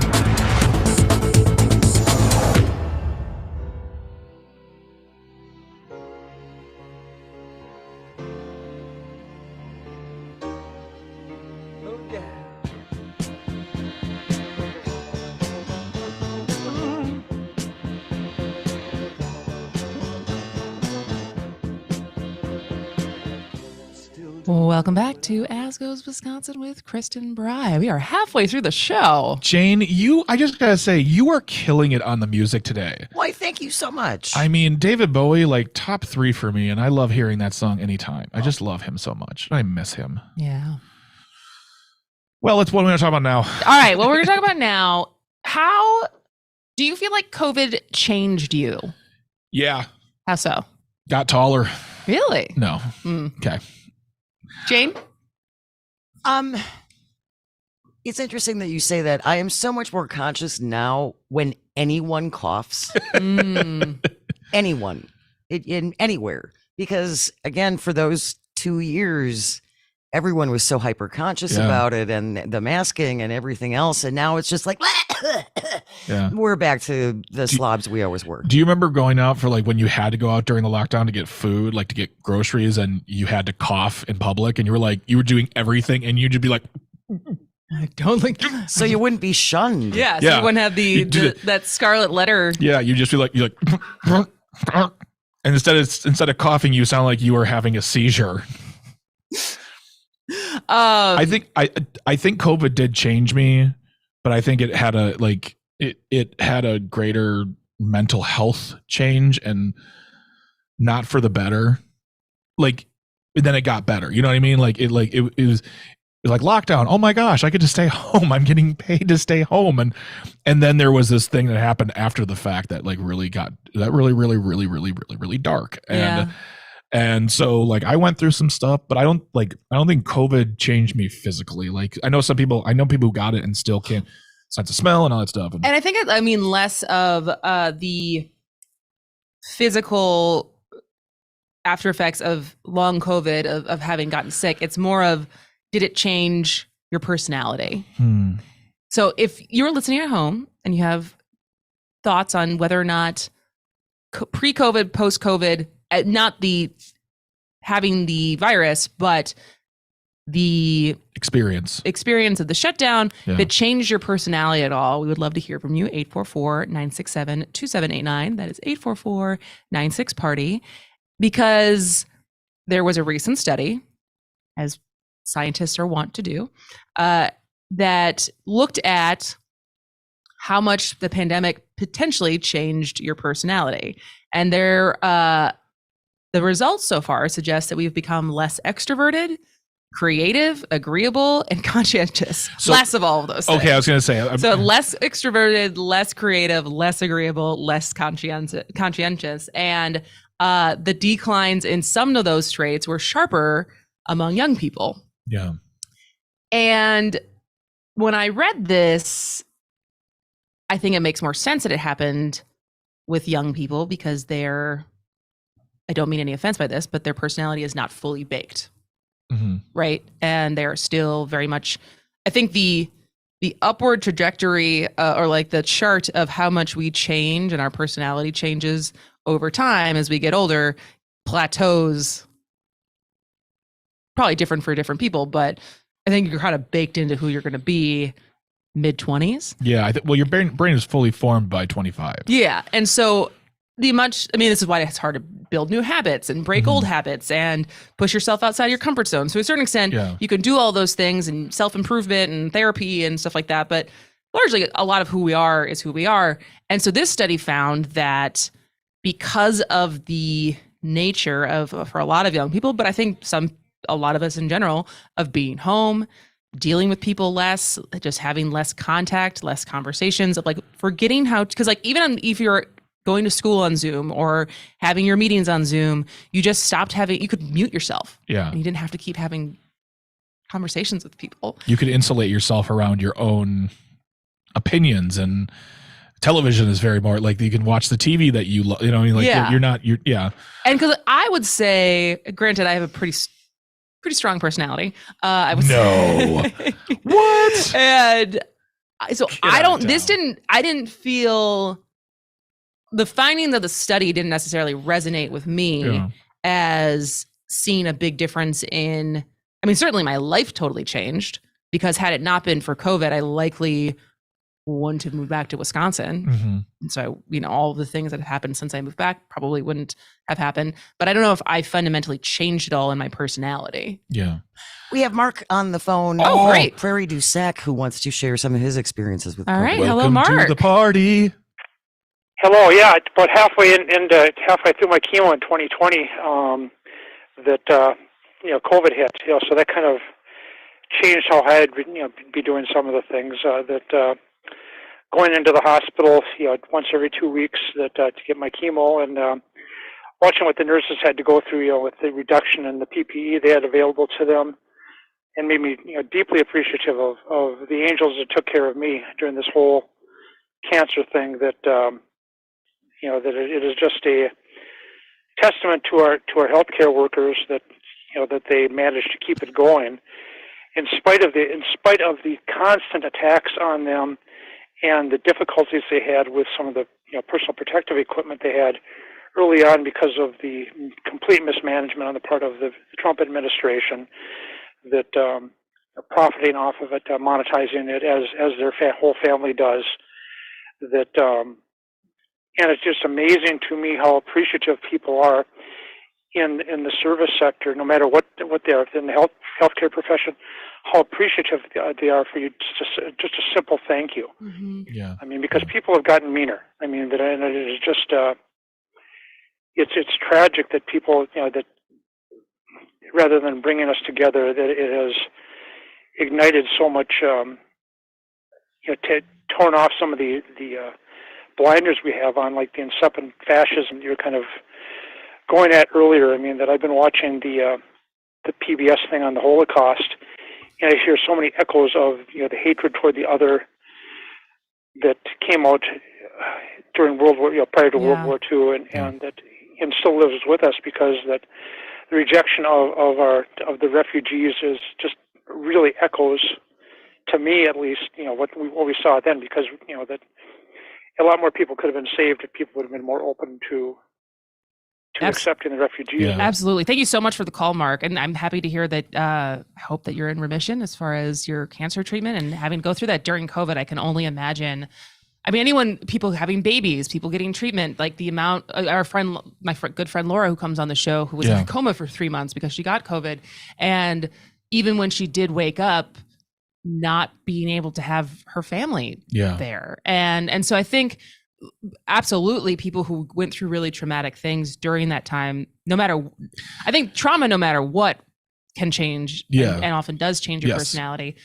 I think this study is looking at, for those who are not directly affected by the virus itself, it still had impacts on how they exist in the world. There's one thing they said though in there, like the study says people got less creative. I don't know if I'd love to see the breakdown of that, because one thing as far as this whole situation, you saw so many people either taking on side hustles that put out their creativity, that they quit their job to become this thing, and it really expressed themselves as people making their own little businesses. Like, I feel like creativity did had a rise, because people had the ability to enjoy and to entertain their creativity. So I don't know about that one, but also I don't know how they're measuring it too.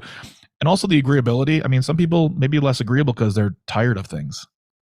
You feel like have you gotten more or less agreeable as you've gotten older? I've gotten less agreeable. Jane, what about you? Definitely less agreeable. Yeah.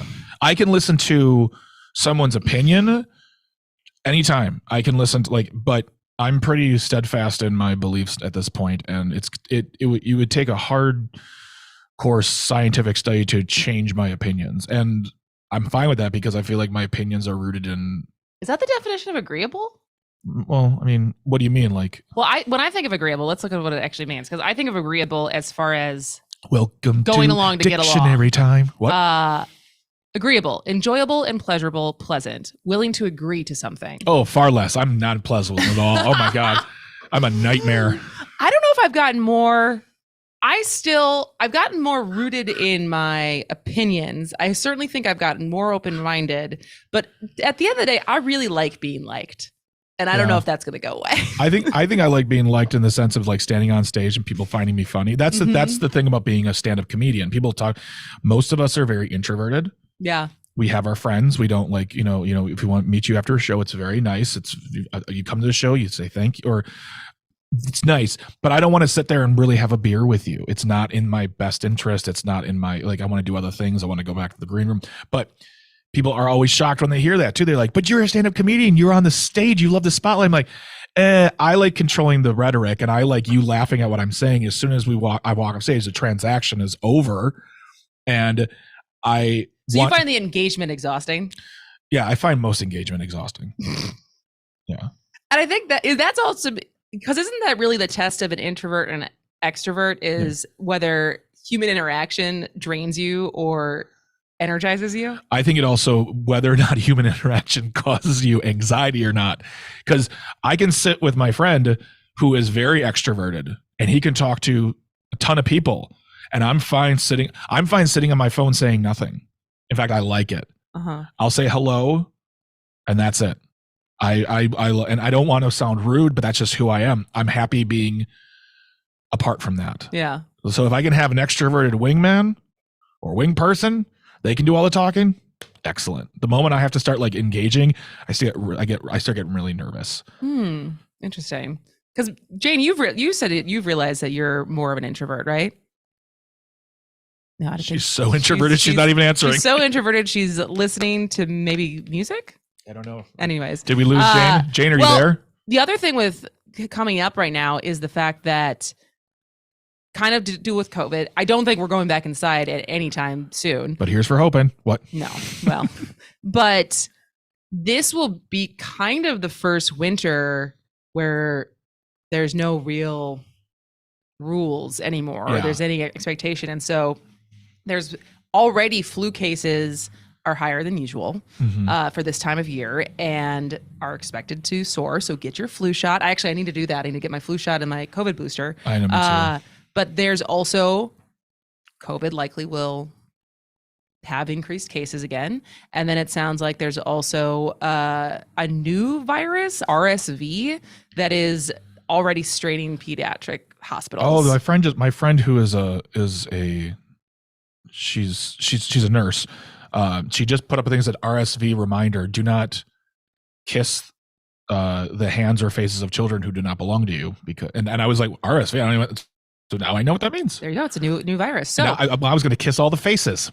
So as a reminder, how to boost your immune system as we go into a potential triple-demic, whatever that triple-demic sounds like word a latte. is. These are all things I need to do better at. So get Number active. 1, pass. Yes. So you need to, if you want to stay healthy and boost your immune system, get active. No thanks. Exercise. Nope. Number 2, don't underestimate the power of rest. So make sure you're getting enough sleep. Don't know if I do that. Wow. Who wrote this? The New York Times. Follow a healthy diet. You know what I ate yesterday? $12 of free Taco Bell like I did? No? Okay. No. I had a piece of toast in the morning, and then I came here, I did the show. I think I had some trail mix or whatever Chex Mix thing we have out there that's from Costco. Then I got in the car and I drove to Green Bay, and I stopped at a gas station and I bought a can of Pringles and Skittles and a Diet Coke. And then when I got home, I air fried some frozen vegetables. I love the difference between follow a healthy diet between a relatively healthy person, you, and a relatively unhealthy person like me. You're like, I got Skittles. Ooh, and I air fried. No, well, I did get a can of Pringles. Yeah, did you eat them all?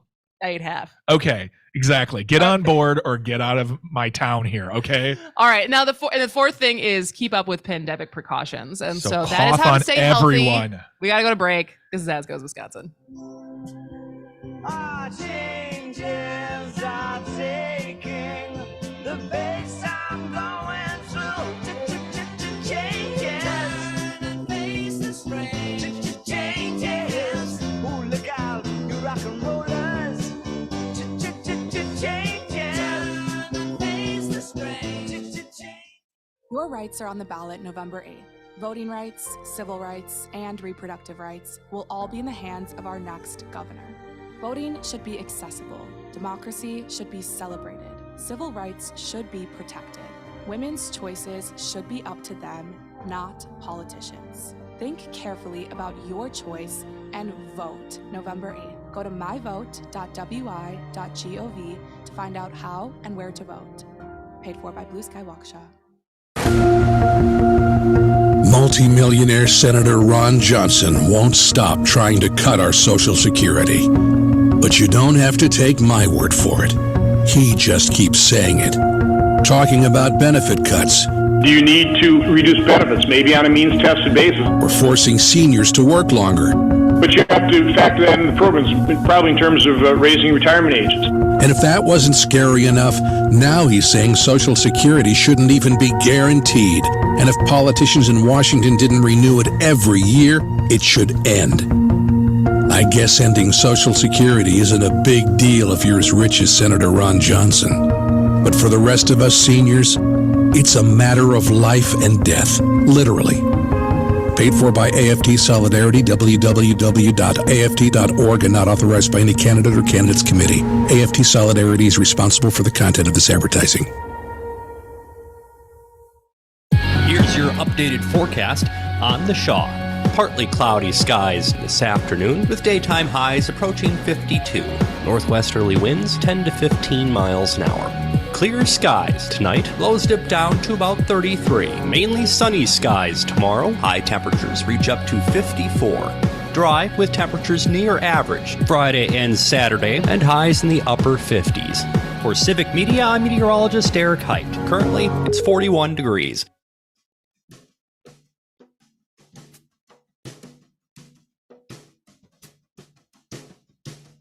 I got 29 ways to make it to my baby's door. To my lovely baby's door. I got 29 ways to make it to my baby's door. To my lovely baby's door. If she needs me bad, I can find about 2 or 3 more. Too many more. I got one. Welcome back to As Goes Wisconsin with Kristin Brey.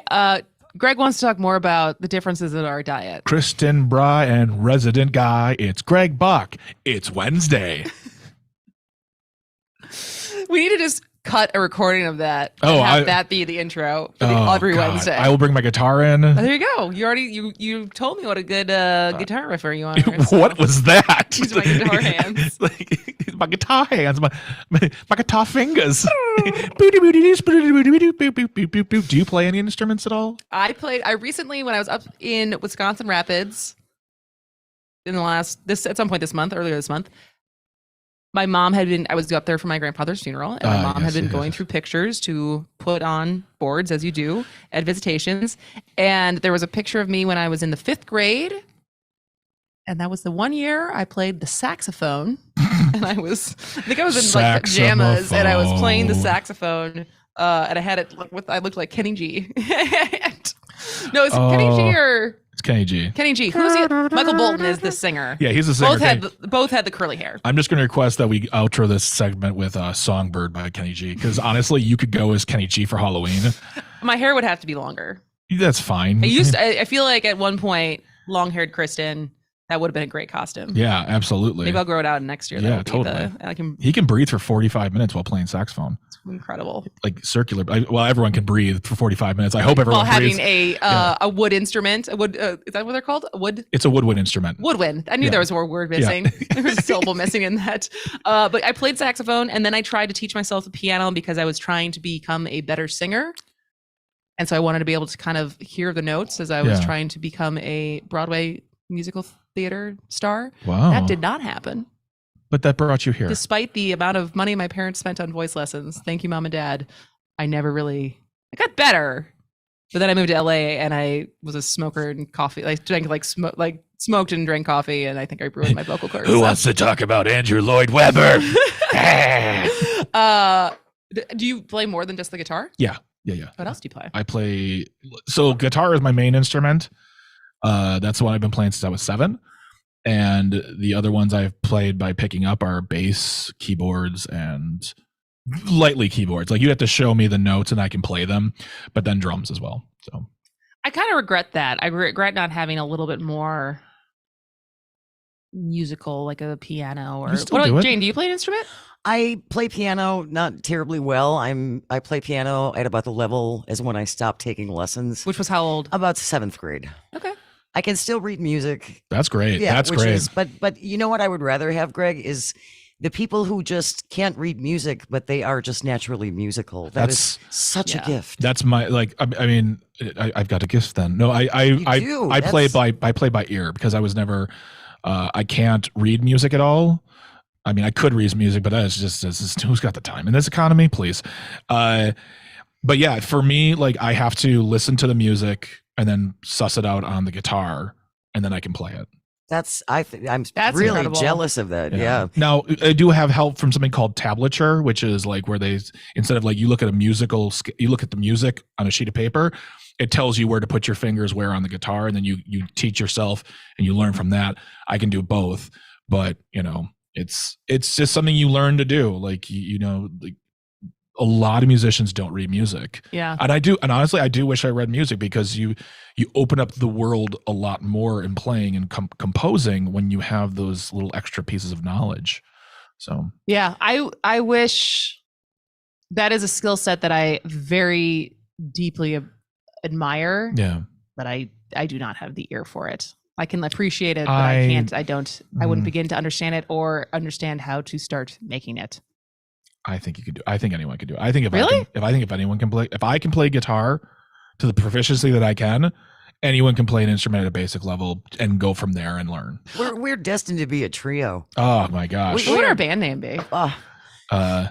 Always an urchin, never a crash it. Band goes Wisconsin. The Beatles. We'll call ourselves Yeah, the we're Beatles. still Beatles. They're not around anymore. Yeah. They're not using it. Fine. That's really funny. I feel like my improv skills are down. I can't think of Oh, it'd be Kristin and Jane and the Resident Guy. Are we including Brooke? Do you think Brooke had to leave, but do you think Yeah. Brooke plays an instrument? If not, we can always put her on tambourine. Yeah. Maybe she can be our interpretive dancer. Oh no. Yeah, sure. Why not? I feel like in Brooke there's probably an insane talent that we heard be like a singing voice or something, or just like she can sit down and be like, oh, I'm just gonna play this, whatever. It's gonna be like a shrug your shoulder. I'm just gonna play something simple, and she plays Tchaikovsky perfectly. And then has like like on that tiny little body has like an Ariana Grande type voice. Yeah, It's and then I'm just like 3 times her size. And then I'm like looking at you, just mouthing the words, "Fire her now." I will not be outshone.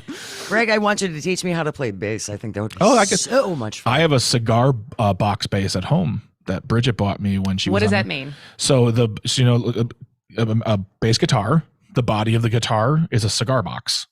Okay. Someone took a cigar box, they worked it. It's a nice heavy cigar box. They put in all the electronics and whatnot, and it's just like, yeah, and it has a neck and everything. And How different would it be if you can play the electronic bass versus the transferring electronic bass? Well, no, because there's also a standing bass. Yeah, the double bass. Double bass. Yeah. How different is that?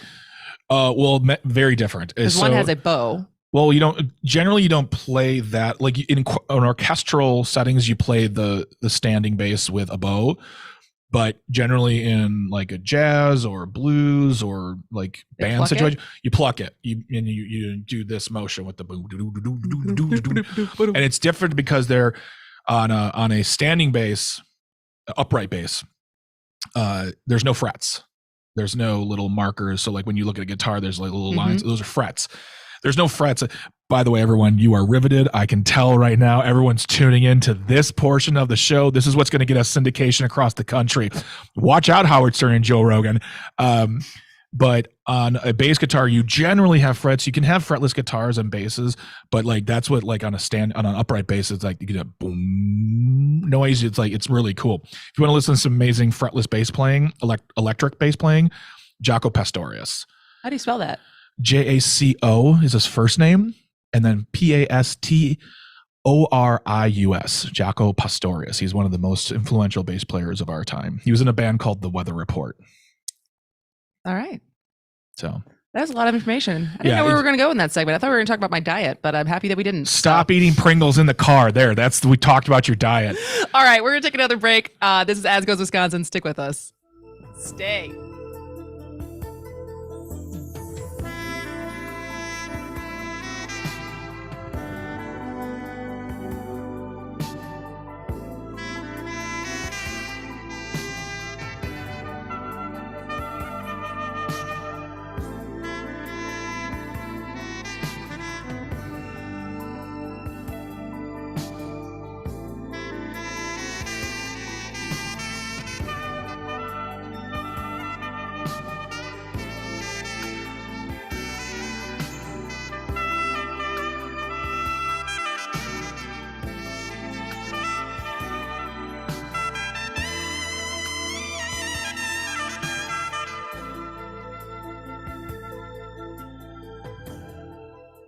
Hey, this is Matt from Design Garden. Remember when the internet was new? Back then, you had to leave your house to start a business.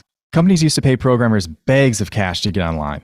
Now, small businesses can get online with a Facebook business page, or Squarespace, or Google My Business, or WordPress. But which tools should you use? Can you afford to go down the wrong path? Design Garden uses modern tools to build your website the right way. Find us online at design.garden. Again, that's design.garden. We have a full hour with Milwaukee County Executive David Crowley. Yes, thank you for having me. It's so glad to be in studio. Listen Monday through Friday from 11 a.m. to 2 p.m. for As Goes Wisconsin with Kristin Brey. You know, whether you're a Democrat or Republican, whether you are a union member or a business owner, picking up your garbage has no partisan lines. Making sure people can get to and from work shouldn't have partisan lines. Listen to As Goes Wisconsin with Kristin Brey right here on The Shaw. You are listening to WAUK 540 AM Jackson, W266 DR Waukesha, always streaming on the Civic Media. AP News. I'm Ed Donahue. 3 men were convicted in state court in Michigan to plotting to kidnap Governor Gretchen Whitmer. Dana Nessel is Michigan's Attorney General. Terrorist attacks and mass shootings are not spontaneous events. They're the result of planning, plotting, and amassing resources in a build-up to violent acts. They were part of a group upset with Whitmer over Michigan's coronavirus restrictions. The trial in state court was an offshoot of the main case in federal court, which produced mixed results. Darrell Brooks was found guilty in Wisconsin of killing 6 people when he drove his SUV through a Christmas parade last year. With high inflation eating away at savings, President Biden announced a push to crack down on so-called junk fees that banks and other companies charge their customers. Surprise charges that companies sneak into bills because they can. In fact, there's an entire industry that's popping up in America to help companies use complicated algorithms to hide fees that hurt consumers and help them. These things add up. The economy is a top issue for voters. NATO's Jens Stoltenberg says Russia's accusation that Ukraine is preparing to set off a dirty bomb is absurd. President Putin is failing on the battlefield. He's responding with more indiscriminate attacks on Ukrainian cities, against civilians and against the critical infrastructure, and with dangerous nuclear rhetoric. Russia's most prominent opposition leader, Alexei Navalny, lost another court battle in his effort to push back against the Kremlin's widening crackdown on him and other dissenters. As he makes tough decisions to stem Britain's economic crisis, Prime Minister Rishi Sunak says he'll always protect the most vulnerable. But the UK's first Prime Minister of colour is also its richest leader ever, his family fortune estimated at about $826 million. This is AP News. We tried Dynovite for gut health and immune support, and after a couple of weeks, our little gizmo was acting like a puppy again. His coat was shinier, he had a lot less scratching and shedding, and he seemed like his happy old self. My dog smelled and scratched constantly. We bathed and sprayed her, took her to the vet, but no results. Now, a little Dynovite in her food helps Bella keep her beautiful coat with no scratching or smell. Get 10% off your next order of Dynovite nutritional supplements for dogs at Dynovite.com. Happier, healthier with every bite. Over 1 million pets helped with Dynovite. Hi, this is Joe Cordell with the law firm Cordell & Cordell. When the prospect of divorce becomes a reality, you need a partner that you can count on. If you're a man in this situation, consider contacting Cordell & Cordell. We've helped men navigate complex legal matters for 30 years. Contact Cordell & Cordell to schedule an appointment with one of our firm's Atlanta area attorneys. 404-793-0000. Online at CordellCordell.com. 1 Glen Lake Parkway Northeast, Suite 975, Atlanta, Georgia 30328. WAUK 540 AM, New Berlin's choice for news talk radio. Streaming 24/7 at WAUKradio.com.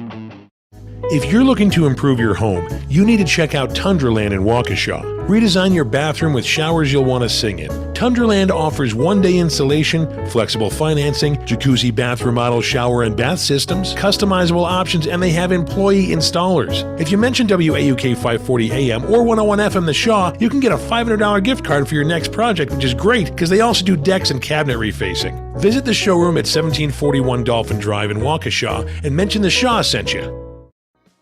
Hey everybody, I'm Joel Clayfish, and I've got a new show on WAUK 540 AM 101 FM The Shaw. It's called Raised in the Shaw with Joel Clayfish. I was born and raised in Waukesha, and you wouldn't believe what a springboard that is for a crazy exciting life. We'll talk provider lifestyle, hunting, fishing, and of course, cooking from field to table because food's my favorite dish. We'll have local and national celebrity guests. Join us at 7 Thursdays for Raised in the Shaw. See you then. Free and equal education is and has always been a cornerstone to this nation. Yet our public school system, once the envy of the world, has never faced more scrutiny than right now. Caught between political bickering and big business cash grabs, our schools are under attack, and the people that stand to lose the most are our children. Join Dr. Tim Slacker and Dr. Johnny Lupinacci for Busted Pencils Radio. Each week they take on the challenges and issues facing our schools, teachers, and communities. Busted Pencils, Tuesdays at 7, right here on 92.7.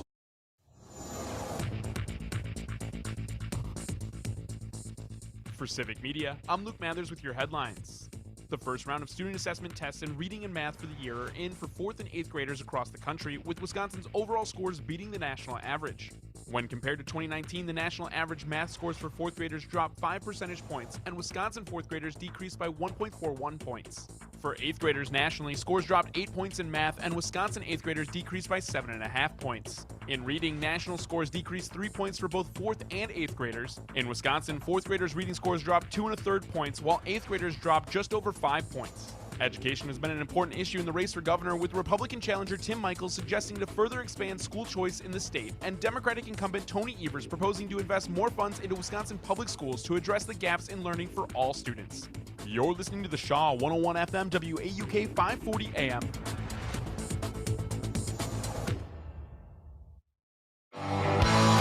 Live programming for WAUK Radio 540 AM and 101 FM is produced right in the Shaw in beautiful downtown Waukesha, Wisconsin.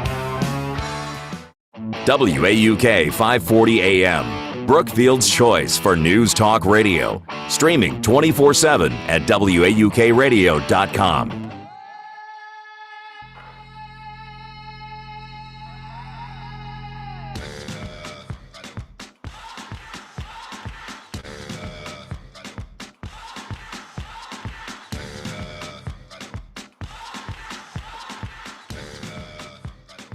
Welcome back to As Goes Wisconsin with Kristin Brey. That was my, I think, in recent memory of World Cup theme songs.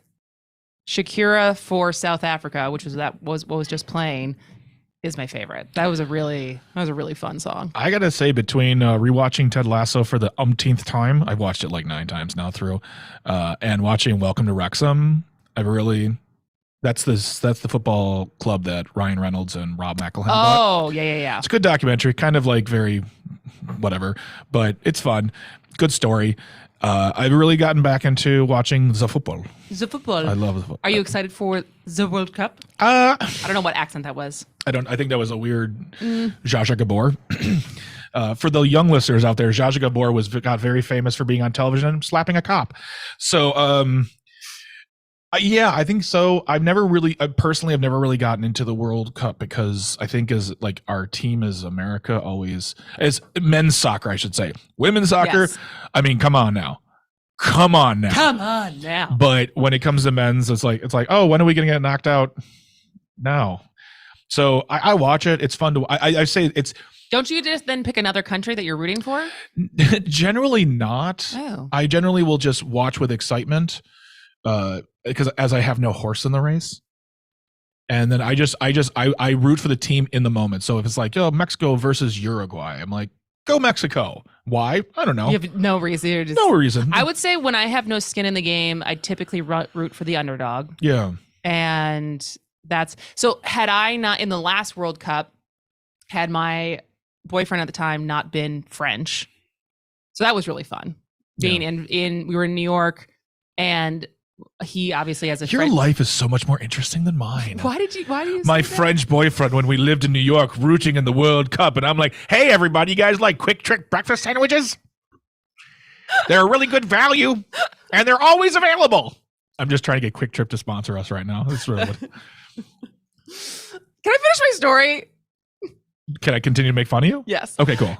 So he was a French immigrant. He had a bunch of friends who were French immigrants in New York. And so that was very fun when they won in 2018. Yeah.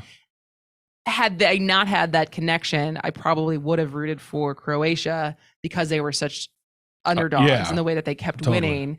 And so they just had no gas left by the end. I mean, it was still a good match, but yeah, I think it's fun to then pick teams as far as how they're performing and players you really like glom onto as far as that, like you really like them and how they play. And I think there's still fun ways to get involved in the World Cup, even if the USA men's team got kicked out immediately. Oh yeah, absolutely. I think so. But kicked out, but more lost. They got kicked out by their own bad playing and their unwillingness to pay women the same amount. Moving on though, but the point is that Milwaukee has their own chance to get very involved and choose a winner, because guess who's getting their very own pro soccer team in 2025? Milwaukee, the good land. They used to be called the Good Kickers. That's a good one. I'm going to tweet that at them because so there's the announcement that came, I think, last week that we are getting a pro soccer team 2025. They're going to play in what will be called and referred to as the Iron District, which is the stadium that they're building along with a live concert venue. I think it's an 8,000 person stadium, which I was trying to like wrap my head around. What is that equivalent to? Because it's certainly smaller than Pfizer. Yep, it's bigger than the Milwaukee Theater and bigger than Riverside. Okay, so somewhere between those. I know, and I was trying to just. Sometimes numbers are hard as far as the visualization of what is 8,000 people versus 30,000 people versus 100,000 people. Because when you're at Lambeau, it's like 56,000. I think it's like 72. Yeah. And so I don't know, someone else. I'm sure someone will correct me if I'm wrong. But I look forward to your letters. Exactly. And so I'm excited about this. Yeah, so the Milwaukee Pro Soccer team is set to join the United Soccer League Championship, which is the second highest tier in professional soccer. So it's the MLS and then this. And I'm telling you right now, I'm very excited. Like when I first saw it, I was like, whatever. And then I was like, no, this is going to be great. Because you don't sports ball a lot. You like baseball. I love baseball. You like tennis. I love tennis. I love baseball. I do love soccer. Yeah. I really do. It's just I was actually very into it years ago, and then life just happens to life in your way, and I stopped watching it because there was not a lot of access. But now with like Peacock, you can watch Premier League. With Paramount Plus, you can watch Champions League, I should say. So you have access to great playing. Yeah. And the teams that I followed at the time. Did you think about going to Lambeau when they hosted the team earlier this year? I couldn't go. I wanted to go. So you thought of, I've always wanted to see a pro. I've always wanted to see like either like whether it's like when they play at AmFam or Lambeau. I'd love to go see that. I've actually seen a Premier League match when I went to England in 2011, and my team at the time, it still is now. I've taken them back. They're mine again. Newcastle, and my friends, as a surprise, took me to see a match between them and Aston Villa. And it was, they tied. It was 1-1 tie. But it was amazing to watch. It was absolutely. And what's funny is that we don't really like have a sense of, there could be like stupid people in the stands making up, but like there are problems at Premier League matches. And we were playing away. Newcastle was the away team. And I had my shirt, my Newcastle shirt. Mm-hmm. And I said to my friend Sam, I'm like, hey, can I wear this? And he goes, I wasn't able to secure away team seats, so I wouldn't. Please don't. And he's like, don't do that. I'm like, noted. My brother has a great story, and now I'm going to screw up who the two teams were, but he was studying abroad in England or in London. And who were the two biggest rivals? This would have been the mid 2000s. Is this Premier League? Yeah. Man U and probably Liverpool or Arsenal. Yeah. And so he or Man City. Was a early 20s, probably 21. And he bet they were sitting in, we'll say, Manchester United section. Yeah. But I'm making these up because I forgot which teams were which, but they were sitting, him and his friends were sitting in the Manchester United section, but he had bet on Arsenal. And so at one point, Arsenal scores, and he stands up and cheers because he's obviously just won some money. And his friends just grabbed him by the shoulders and were like, sit down. We are not trying to get beat up today. Yeah, because that is the thing with soccer. Not that I assume that this is going to happen. I don't know if it's as fervent that we would have these problems in Milwaukee. But globally, yes, soccer fans are violent. They pass laws. They pass laws in countries to curtail hooligan violence. Crazy Hooligans. Yeah, I Great mean, movie. you if you watch that Welcome to Wrexham, they discuss. There's a whole episode about about hooligans and the history of it, and like one guy, he's like I got banned. So for people who don't know what we're talking about, what is the definition or background of hooligans? It's like soccer gangs, right? They're soccer gangs, like soccer fan gangs. They are like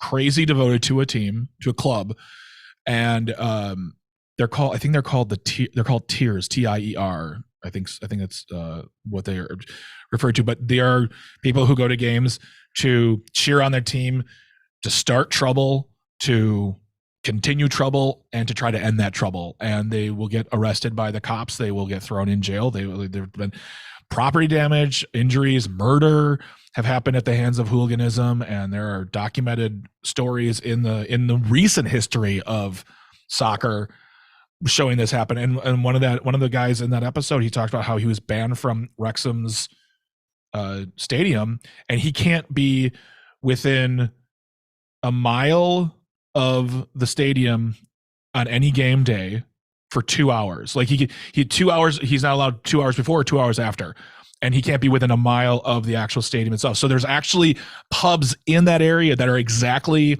within that limit that like you can go to if you are banned, so you can watch the match. And then you have to like keep on the up and up. You have to be, get your ban. And the thing was, he was talking about buying season tickets for a season he's banned from. And his girlfriend's like, why are you going to do this? You can't go to the matches anyways. And he says, because if for some reason I can get, like if they do lift it, I can go, and I don't want to not be able to go with my friends, and my friends will be going with the match without me. Don't have that face. He's not a good person. He's not a good person, and he knows what he's doing is wrong, and he's putting his girlfriend through a lot. In fact, she lost a job because of him. This is quite the story. Yeah, What I think we really need to watch out for is the Goodland Kickers, which is what I think the new name should be, and Jane McNair being the head hooligan. The head hooligan who's going to start trouble and cause fights outside the Iron District. It's so me. Maybe we'll get how about this? Let's try to get someone from this pro league on the show to talk about it. I did reach out. Yeah, I reached out. Well, I reached out on the generic contact us on the website, because right now they're doing a naming contest. Yeah. You can submit. I like that name. What did I say? The Goodland Kickers. Milwaukee Goodland Kickers. Yeah. And it's a mouthful, Yeah. but you can nominate, you can submit name submissions to be involved in the naming of the team. Yeah. And I think playing with the Goodland would be a good name, because I also want to know what was the name of the last time we had an outdoor professional team in 2002? Well, it's not the Wave, is it? No, that's an indoor team. Yeah, it's an indoor team. And then Madison has a team that's just the forward. And I think That's a stupid name. It is kind of stupid. And I think their mascot are flamingos. But I don't think it's the same league. I think that's a league that's further. Again, I could be wrong. But I know that Madison has an outdoor team. The Wave is an indoor the Milwaukee team. Rampage, not Rangers. Yeah, they weren't fun to watch. I remember going to see them. And that's not a great name. I think we can do better. And the Wave is, I mean, no offense to anyone if you're listening to the Wave. It's just like watching basketball inside. It's weird. It's just more like circus soccer to me. Circus soccer. Yeah, it's like 3 points. 3 points? What are you talking about? I'm just really bummed that we have to wait till 2025. It's like I'm like God, Marvel movies, Kang Dynasty, and those movies, and now this. I got to wait 2 years. Well, we just finished The House of the Dragon, and now we have to wait 15 months or something before we're going to see season 2. Yeah, people don't like us. Just making me patient. All right, we're going to take a break. Yeah, we are. Stick with us. This is As Goes Wisconsin. You know it's serious. We're getting closer. This isn't over. The pressure's on. You feel it, but you got it all. Believe it. When you fold it up, oh, and if you fold it up, Tamina, sangalewa. 'Cause this is Africa. Tamina, waka waka, Tamina, sangalewa. This time for Africa.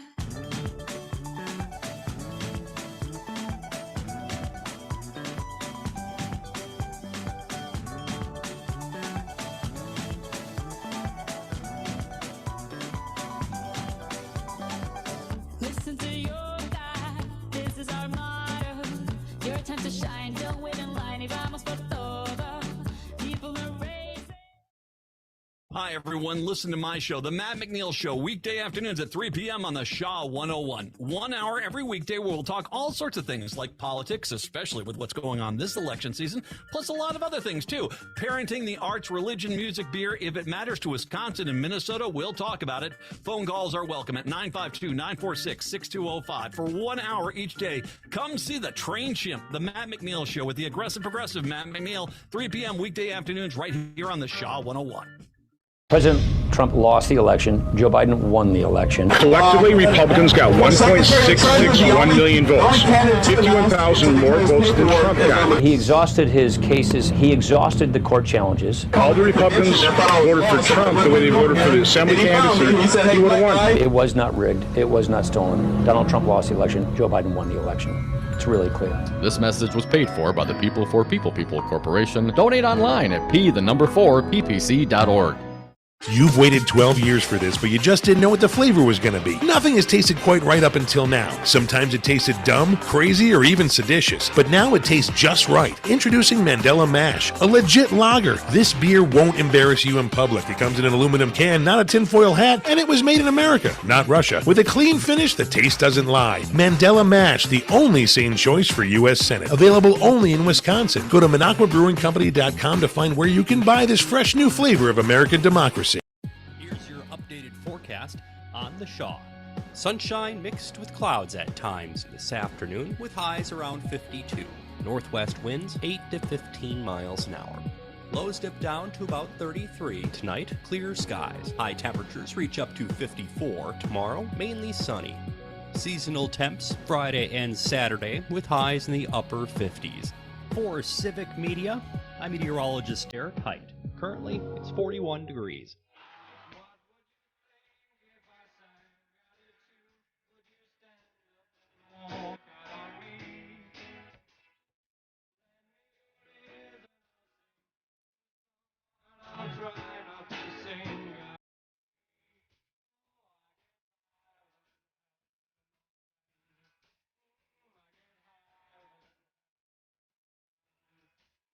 Welcome back to As Goes Wisconsin with Kristin, Brey. I think we missed last week. I don't think there was an update last week for us to discuss. Oh, we're back on this, are we? We are.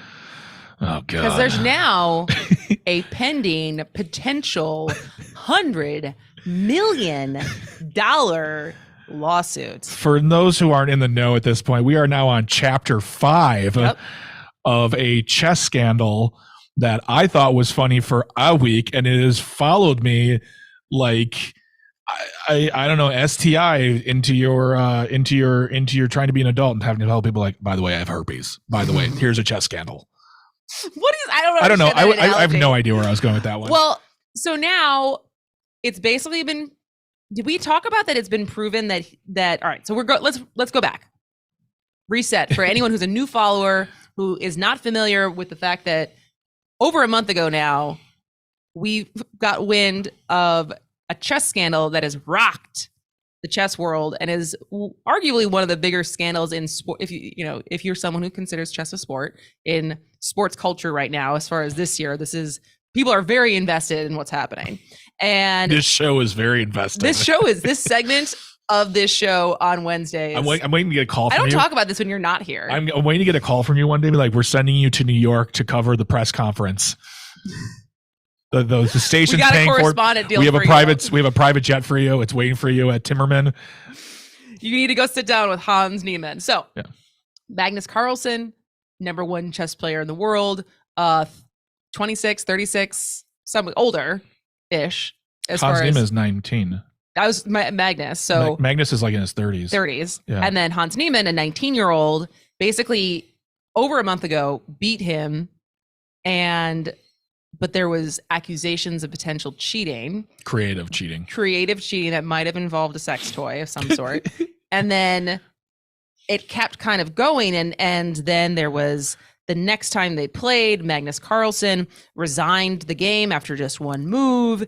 And then this has kind of been going back and forth. And then he made these kind of cryptic statements, making light accusations or against his coach, Hans Niemann's coach, too. Against the coach. And then it finally came out that it's likely that Hans Niemann has cheated on over 100 different matches. He actually admitted to cheating in the past when he was younger and said, I regret ever doing that. So I think he thought maybe if I fess up on those, they'll leave me alone. Oh, no, they didn't, because we're still here talking about it. We're still here talking about it. And I wonder, because they said that's how hard it is to prove cheating in chess. Yeah. You have to get like caught red-handed. And so, but apparently this just feels like it's a rampant thing that has come about, that it is not just a Hans Niemann thing. No, this is something that's been, they said that cheating in the chess world has gone up, and it's among, and I've said this before, it's not among newcomers either. This is like people who are I always want to say grand wizards, and I feel so bad every time. Grandmasters in chess who are just trying to keep a hold of their rankings to keep the money coming. They're like hiding cell phones in toilets and like excuse themselves for bathroom breaks multiple times. So someone's going to be like, hey, this seems weird. You have to go to the bathroom a lot. Is there something going on here? Victor? This is the first name I could come up with. Victor. I'm not cheating in chess. I don't know where that accent was either. That didn't match where Victor. I don't know where Victor's from. Victor is from Eastern Europe. Victor is from Eastern Europe. He has French girlfriend, and it was very good time to watch World Cup because it's like without her in my life, I have nothing to cheer for because Russia's soccer sucks. Is Russia what's Russia and Ukraine gonna do for the World Cup? This is a total tangent. We'll come back to chess. I wouldn't deny that. Well, I don't even know if they're going to be in it. Like if they're going to be knocked out during the rounds. And I bet you Zelensky's like, hey, we got bigger things to worry about. But I could also see him like, hey, go over there and win it for us. Whereas Putin's gonna be like, win it to prove my greatness. And then we're like, no, thanks. And then he'll waste all the guys who don't make it into the finals. All right, back to the chess. So the lawsuit is Hans Niemann's lawsuit. So the one who's accused of cheating. So on October 20th, he tweeted out like his lawsuit and his complaint. And so my lawsuit speaks for itself. And basically, it's a 44-page document that lists Magnus Nakamura, Chess.com, and someone else as defendants because they put him in, quote, the center of what is now widely reported as the single biggest chess scandal in history.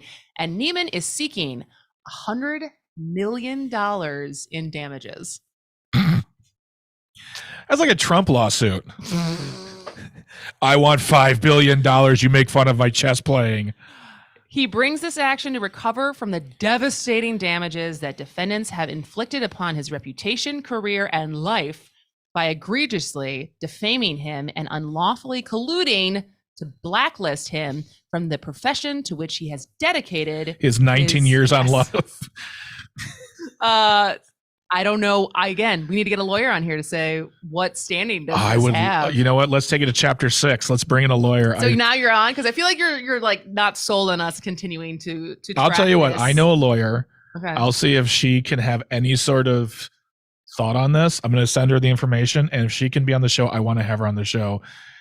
She's funny as all get out. So if anything, we're gonna use legalese to make fun of this little kid. I called him a little kid. Yeah, he's smarter than me. He can beat me at chess, but he's got a great hairstyle. Yeah, he does.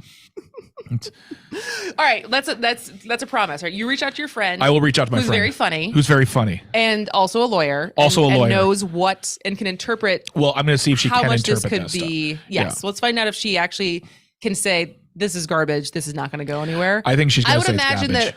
I don't know how. This is what I'm getting on anyways, because I would love to know the science behind when these lawsuits are made for damages, how you even justify the amount and have to prove like this is how much this like cost me. So we gotta go to break. Stick with us. This is As Goes Wisconsin. Rock the Rook, that is my name. I like to be serious and straight to the point. My friends know they have my trust and support. I'm the only one who can jump over the king to protect him. I am the King Varys, the founder and ruler of the kingdom. A progressive voice from Manitowoc to Janesville. WAUK 540 AM. Always streaming at WAUKradio.com. So all you folks out there, if you haven't registered to vote, register to vote, get ready to vote. There are so many things on the ballot this November at our freedom, our liberty, and our way of life. But we'll get to all of that this evening.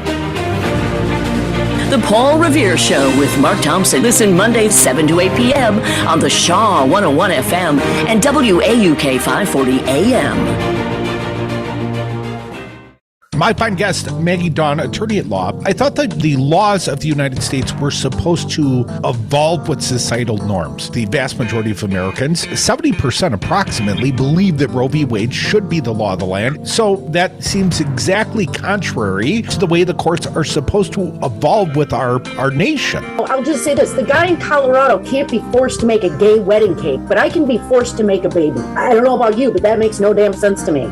I'm Ed Donahue with an AP News Minute. New York's mayor is taking steps to protect the city's shore leading up to the 10th anniversary of Superstorm Sandy. Here in Lower Manhattan, which was severely flooded by Superstorm Sandy, Mayor Eric Adams broke ground on the latest coastal resiliency project, a series of flip-up gates that are 9 feet tall and almost a mile long that Adams and engineers say will stop the water from flooding the streets. We have to prepare now.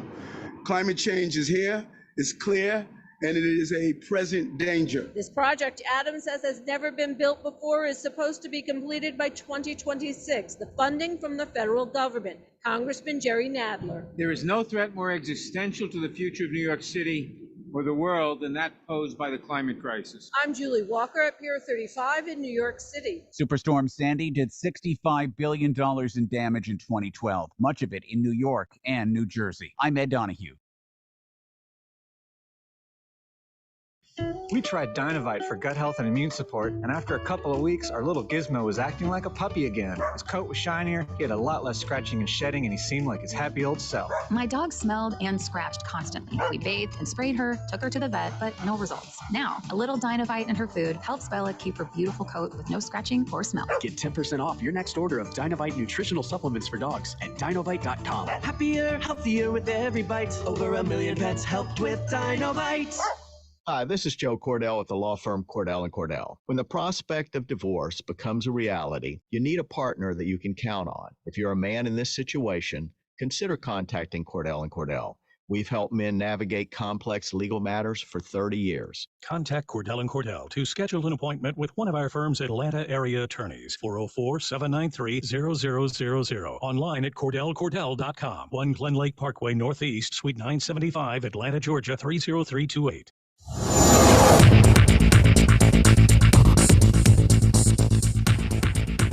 For Civic Media, I'm Jane Matnier with your headlines. Expanding high-speed internet access in Wisconsin was the focus of a Tuesday meeting between government and industry stakeholders. Wisconsin could receive anywhere from $700 million to $1.2 billion as part of grants available through the Broadband Equity Access and Deployment Program. It was established under the bipartisan infrastructure bill passed by the Biden administration. Over 1 million people in Wisconsin still can't access or afford broadband service. The White House estimates 849,000 households could receive the benefit across Wisconsin. So far, roughly 276,000 households have enrolled in the program. Tuesday's workshop, part of efforts to develop a statewide 5-year plan for funding. You're listening to the Shaw 101 FM, WAUK 540 AM.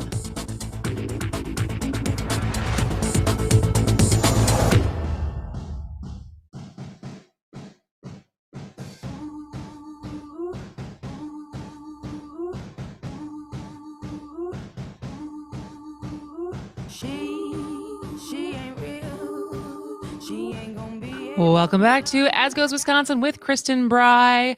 We are on the last sprint of the show for Wednesday. How you feeling? I don't sprint. I briskly walk. So no one wants to see me sprint. When's the last time you ran fast? 2011. a long time ago. Yeah. I used to run. I actually used to be a runner. No longer. No. No. I'm fine with it now. It's overrated. All right. Well, we're going to go through some dating advice for this segment. The two married people. Three married people. Three married We need people. Jane's and That's right. I originally, because Brooke had to go to she was thing. on assignment. Yep. And so Brooke is not here. So I thought this would be fun to do with Brooke because she is young and single. And so we could, as her elders, give her some advice of which ones that we agree with or not.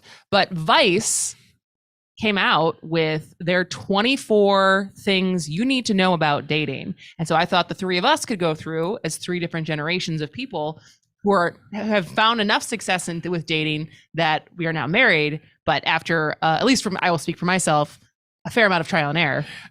Jane, how long have you been married again? We have been married 20 years. Okay. And Bridget and I just celebrated last week 10 years. And I got 2 months. You got 2 months. And so if you have anyone listening at home, advice, dating advice that you live by or learned over the years, or if you just want to agree or disagree with the things that we're going to read off, 844-967-2789. 844-96 Party. We would love to hear from you. So this was from Vice, the news outlet, the alternative, edgy, hip news outlet. Yeah. Vice. Do you want to learn about war, conflict, or wrestling? Vice. And it's the 24 things you need to know about dating. So I'm going to read them off, and then we'll discuss whether we agree or disagree. So, number 1, no one wants to do a, quote, fun activity. The only 2 first dates that exist are going for a drink or going for a walk. Anything else is wrong. Wow. It's real declarative, real fast. Real fast. Yeah. Came out strong. Yeah. This sounds like a real fun group of people who wrote this. Yeah. I disagree with that. I disagree with that too. Totally. I mean, certainly you want to do something where you're going to talk to each other. That's why I think going to a movie on a first date is a waste. Yeah, I agree with that. Because Also, at least you want to engage with one another and find out if this has anything. Also, don't take someone to a comedy show on the first date either. It's never going to end well. I think almost that a drink or a walk are like pre-dates. Like, hey, do you want to hang out? Because I also feel like the three of us come from a different era of dating, because listening to younger people talk, they say things like, "Oh, I'm talking to this person," and that means, I was in that generation. Oh, you are? Yeah. Oh, okay. Of like we're talking. We're talking. Yeah. I feel like a date or a walk are pre-dates. It's just like, hey, do you want to get together and just, there's nothing. Can something happen? Feeling each other out. Exactly. That's maybe figuratively. Yeah. Maybe literally. Dinner is a date to me. Like that's a. Okay. So. All right. So we're saying wrong. All right. Number 2. Wrong, Vice. It doesn't matter if you have sex on the first date. If they're going to lose interest after sex, they're going to lose interest after sex. I agree with that. Agreed. Totally. Absolutely. Yeah, absolutely. Totally. All right. Glad we all agree. All right. Number 3. Don't stalk people. That seems like really good advice. Disagree. Hard disagree. How do you think I wrangled my wife? All right. So this, to be fair, this means don't digitally stalk people. So Yeah. there will be photos of them and their ex, or their jawline looking terrible, or a vacation photo where they're wearing some vile slogan t-shirt. So I think this is like I think this is a lot of, because so many people now date when they meet people through apps. And so just because you have the name and where they work and you can look up all of this information on them on the Googles before you go on a date, they're saying, don't do that. I think also I agree. A caveat to that too, and I understand in the interest of safety, especially if women want to, I get this. Feel free to CCAP the person you're about to go out with. I've never done that. I totally understand that. I totally get it. Totally get that. If you find nothing and you still go on the date, don't tell them. I've had women tell me like, I CCAP'd you. I'm like, this hurts. Like, okay, I didn't need to know that. Yeah, they didn't need to tell you that. And I agree with you, Greg, that I don't have a problem with people using CCAP, like you said, especially for women and meeting online. But the whole idea of researching this person to, down to their Facebook posts and their Insta, I just that then everything about this person. Why go out with them? Yeah. The worst is when I had a friend once who was looking at her ex's Venmo activity. That's a loser right there.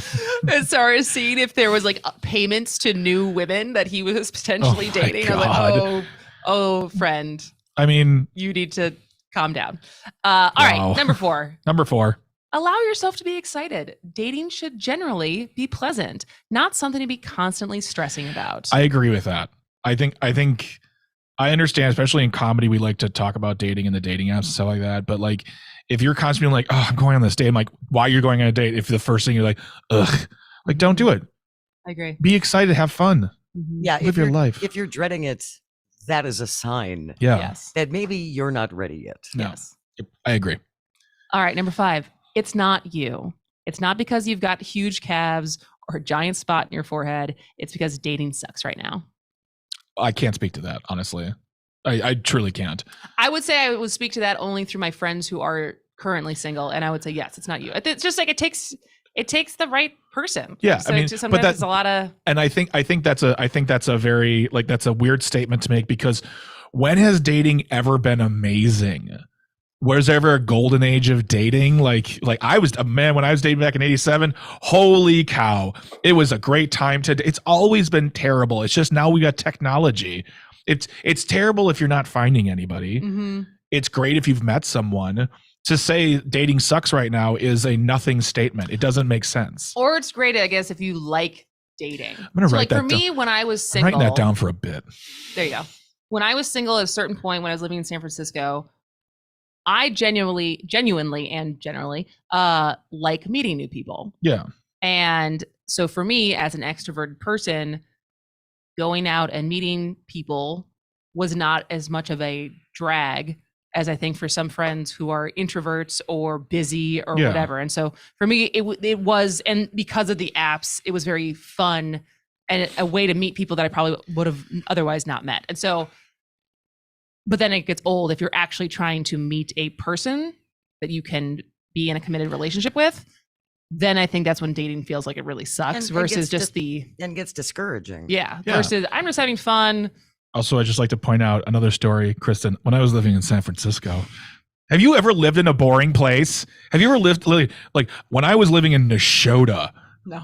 Or when I was living is in Madison boring? No, Yeah, it's amazing. I've lived in Madison, Los Angeles, Berkeley, San Francisco, New York. And then I guess I lived in Wisconsin Rapids for a little while, but I would say that's not boring because my parents are there and my family's there. Okay. And because we also air there. Next, please. All right. Number 6, give into uncertainty. Maybe he is bad with his phone, or maybe he's lost interest since you went on about your UTI. You'll never know.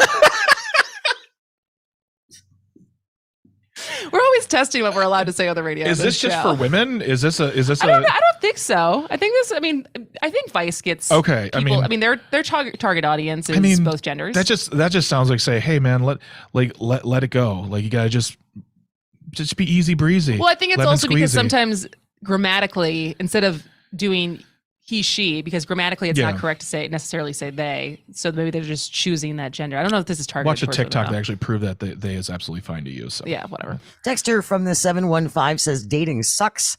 You expect too much of them and they expect too much of you. Is that Texter still dating? Are you still, hey Texter, are you still on the dating apps? I think I do think that there's a constant difference.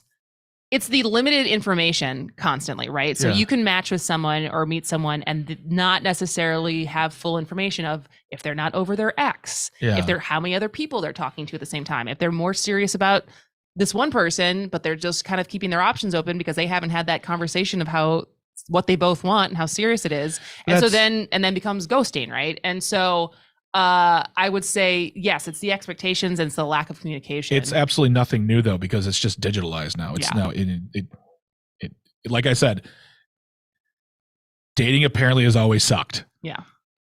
All right. Number 7, you can't control how people feel about you, but you can control how you react to how they feel. Correct. Think their loss and go out with your friends. I agree with that. Yeah, totally. But I also think that's very pie in the sky. That's like, it's like a t-shirt that says like live, laugh, whine. I don't know. Well, it's easy to say don't feel bad and don't get hurt feelings. Yeah. You're going to have hurt feelings, but try not to let it break you. But I also think when you go back to expectations, there is the difference between, I feel like I'll speak for myself, that you project what you want that person to be versus what they're actually showing you of who they are and how interested they are. And you kind of play out this narrative in your head that you have about them that's not based in reality. It's more based in what you would like to have happen. Yeah. And so your expectations, and you get let down, even though they really haven't done anything to. Sometimes they do, but often it's not like they've necessarily giving you the signs of this is like a committed thing that we're doing versus you thinking I was the one. Yeah. All right. 8. Never send long paragraph texts. I disagree with that. I mean, it depends on what you're talking about. I mean, like, Jane can't send long paragraph texts. That's not true. And why now not? she's thumb shaming me. No, she's actually gotten very good. Okay, but so are we talking about like in the very beginning? I don't think I don't. so. That's all it says. I disagree with that. You send whatever kind of text you want to send if it matches the energy. Yeah, I would agree with you. You know, do what you want. Be yourself. Yeah, be yourself and have fun. And if they don't like that, if they have a problem, then move on. As long as it's not some long, rambling, scary-ish stalker like. Or if it's like I'm alone in an empty restaurant thinking about you, crying. That's never good. Yeah, I mean, just don't overshare unless you're sharing. I mean, if you're sharing, then yes, context is important. But like, yeah, I don't know. Shut up, Vice. All right. Number 9, women should initiate more. Even the most Neanderthal of males thinks it's hot for a woman to hit on a man. I disagree with that statement based on its wording. All right, fair. I think a woman should initiate if she wants to initiate. She shouldn't have to. Same goes for a man. Men can be. I'm incredibly shy, especially when it came to the whole approaching a woman. But at the end of the day, if you want to get to know somebody, you have to approach them if they're not approaching you. But the wording of that, but using the term Neanderthal, and then also hot, like women fulfill some idiot man's fantasy by going up and saying hello. All right. Well, we only have 3 minutes left, and we still have 14 of these. So Let's keep going. We got to say yes, no, Okay. fast if we All right. agree or disagree. All All right. right. Number 10. Don't play games. That's how you build something that won't last. Yes. Agree. Number 11. You're setting the tone for the relationship in the beginning. Be smart. Yes. Yes. 12. It should feel easy, never toxic. Yes. 13. Invite them around your friends early on. They'll spot the red flags you're missing. Yes, as long as your friends are willing to point them out and you take the advice. Fair. Yeah, I'm with Greg. Can't be defensive. All right. 14. If they want to be with you, they'll make it happen. Flame emojis in the DMs are not signs. You are not star-crossed lovers. They're just hungover and bored.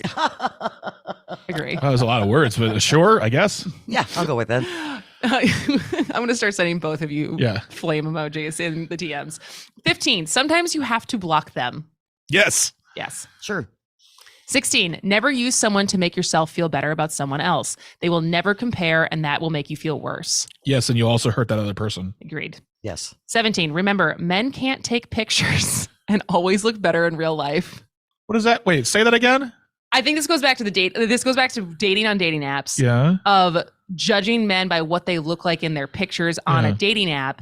Remember that men are not necessarily good at taking pictures, especially pictures of themselves in the same way women are. Yeah. And so to judge them purely on what they look like in the picture, they may look better in person. Okay. Okay, keep going. Leave the fish leave the fish out of the picture. Leave the fish out of the picture, yes. Or the dead buck or whatever. Whatever. All right. We still got, we'll finish these when we come back. Okay, cool. Let's go. Because we're on number 18, so we still got 6 more. All right, this is Asgo, Wisconsin. Stay with us. Stay.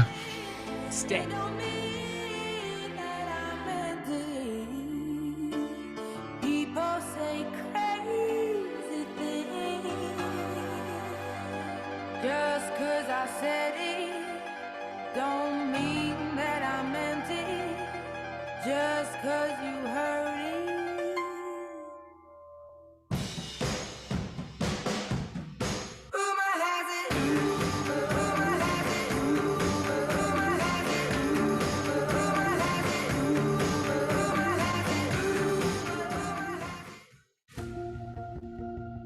Multi-millionaire Senator Ron Johnson won't stop trying to cut our Social Security. But you don't have to take my word for it. He just keeps saying it. Talking about benefit cuts. Do you need to reduce benefits, maybe on a means-tested basis? Or forcing seniors to work longer. But you have to factor that in the programs, probably in terms of raising retirement ages. And if that wasn't scary enough, now he's saying Social Security shouldn't even be guaranteed. And if politicians in Washington didn't renew it every year, it should end. I guess ending Social Security isn't a big deal if you're as rich as Senator Ron Johnson. But for the rest of us seniors, it's a matter of life and death, literally. Paid for by AFT Solidarity, www.aft.org, and not authorized by any candidate or candidates committee. AFT Solidarity is responsible for the content of this advertising. Early voting is open now and through November 4th at your city, town, or village hall. Go to myvote.wi.gov for details. Paid for by Blue Sky Waukesha. Hey, it's Pizza Box Mike. I've got a show outside the Pizza Box. Be sure to listen on Saturdays at noon on Devil Radio. Some of us, were meant to run for public office, and some of us were meant to run others out. And that's the side I come from. Here's your updated forecast on the Shaw. Lots of sunshine this afternoon with highs around 52. Winds out of the northwest, 8 to 15 miles an hour. Lows dip down to about 33. Tonight, clear skies. Mainly sunny skies tomorrow. Daytime highs approaching 54. Dry with temperatures near average Friday and Saturday, and highs in the upper 50s. For Civic Media, I'm meteorologist Eric Height. Currently, it's 41 degrees. Well, the truth, well, it hurts to say. I'm gonna pack up my bag and I'm gonna go away. I'm gonna split. I can't stand it. I'm gonna give it up and quit and ain't never coming back. But before I get to going, Welcome back to As Goes Wisconsin with Kristin Brey. We are rounding out the show with the last 6 pieces of dating advice Vice was giving and whether or not we agree with them. Number 18.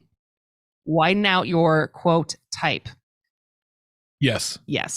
You will do that as you get older. I have some friends who have not necessarily done that. Womp. Number 19, don't feel bad for being sad when you only went out on a couple dates. A lot of time it's the loss of the hope that hurts the future you drew in your head. I agree with that because I already said it. That's very, I like that. Yeah. And you said it. It's far worse to invest a whole bunch of time when it's not reciprocated. Yeah. Yes, I agree. Number 20, most times you aren't upset over them, but over who you thought they were, what you projected onto them. And this goes back to what we were saying. I didn't read earlier. all this before. That's what It's just what I felt. This is what I learned over time. But Vice agrees with me. Wow. Do you work for Vice? I do not. Secretly. I used to want to. And then I also found out that it's kind of a toxic place to work and that they don't pay you anything. And so I was like, maybe I'll just... They pay you an exposure, baby. Yeah. All right, what's next? 21, get your friends to set you up. Just ask. Be cringe. To be cringe is to be free. I think, maybe, but it also puts a lot of pressure on your friends then. Yeah. And then it's also weird if you go out and it doesn't work and then you feel like, I think it's meh. All right, finally, 3 more. 22, be careful how you refer to them around your friends, or they'll refer to them as, quote, lawyer guy or, quote, big face for the rest of your relationship. Yeah, that happened to me once. I can't say what they called me. I didn't like it. I bet not. No, I didn't appreciate it because I'd never do that to anybody. I would never, especially in the context of a woman, I would never use a diminishing term to refer to her to my friends. That's just unfair and mean. Yeah. It's also mean of friends to think that that's like what you should call. Yeah. So. I don't know. I didn't think calling him the singing doorman was so bad. Who did you call that, Paul? No. That's also fun. No, I called the singing doorman, because that's what he was. All right. It didn't last. 23, when you match on an app and haven't made plans to meet within 48 hours, it's not happening. That I disagree with because I met Mike on Hinge before I had even moved to Milwaukee, and we were talking and texting for almost a month before we finally met in person. Yeah, I think that's I don't agree with that. I can't speak to that. That's outside. I think if the realm. person's like saying like we're gonna meet and then they cancel meet, then it's suspect. Talk to them, or you'll spend the rest of your life thinking about the cute girl with the septum piercing who was definitely checking you out. Oh, this sounds like the ending sounds like a Craigslist misconnections. Misconnections, yeah. So yeah, I would give this like a Give it like a B. Yeah, I would say like an 85%. Yeah. Felt like good advice, and a handful were like, nah. Yeah. I agree with that. What grade do you give it? I'd give it a B. I just wanted one extra thing to throw out there. Don't expect the Jerry Maguire, you complete me, which is a line that just makes me want to spit up and choke. No one is going to complete you. That has to come from you. You have to complete yourself. You do. I saw a great TikTok once of, it was from the perspective of the person holding the phone, and then they were videotaping their wife, and the text or the context was when your wife is a fiercely independent person, because he's like, just say it. She's like, I can't say it. And she's like, I can't say that you complete me because I am complete with or without you. Yeah. And I could do this with her. I can do this without you. I just choose not to. And she's laughing because she literally can't say it because she is so independent that she's like, I that's not true though. I can do this. I just don't want to do it without you. Well, and I said to Bridget too, I think one of the great things about us is that I don't need Bridget. I want Bridget. Yeah. Like, I didn't need a person to make me like be happy, but I want her in my life, and that makes me happy. Mm-hmm. And there's a difference, and it's wonderful, and it feels great because we all know people who are like, whether it's because they grew up in a neighborhood that's like everyone gets married at 19, and they're just going for the first person they ever were intimate with. Like I can think of a few people like they married their first partner. Yeah. Which, and so which people do that and which can totally work. Yeah. But you also can tell from the outset, you're like, oh, this isn't good. This is not good at all. Ugh. All right. Well, in the few minutes that we have left, who's at the Laughing Tap this Your weekend? Mom. Boom! Got her. Served it up hot and fresh, everybody. Steve Gillespie is going to be at the Laughing Tap this weekend. He's headlining 3 shows Friday and two on Saturday. You can get your tickets at laughingtap.com. You can also follow us on social media at The Laughing Tap on all the social medias. And follow us at Milwaukee Comedy for other shows happening in the area. But Steve Gillespie is very, very funny.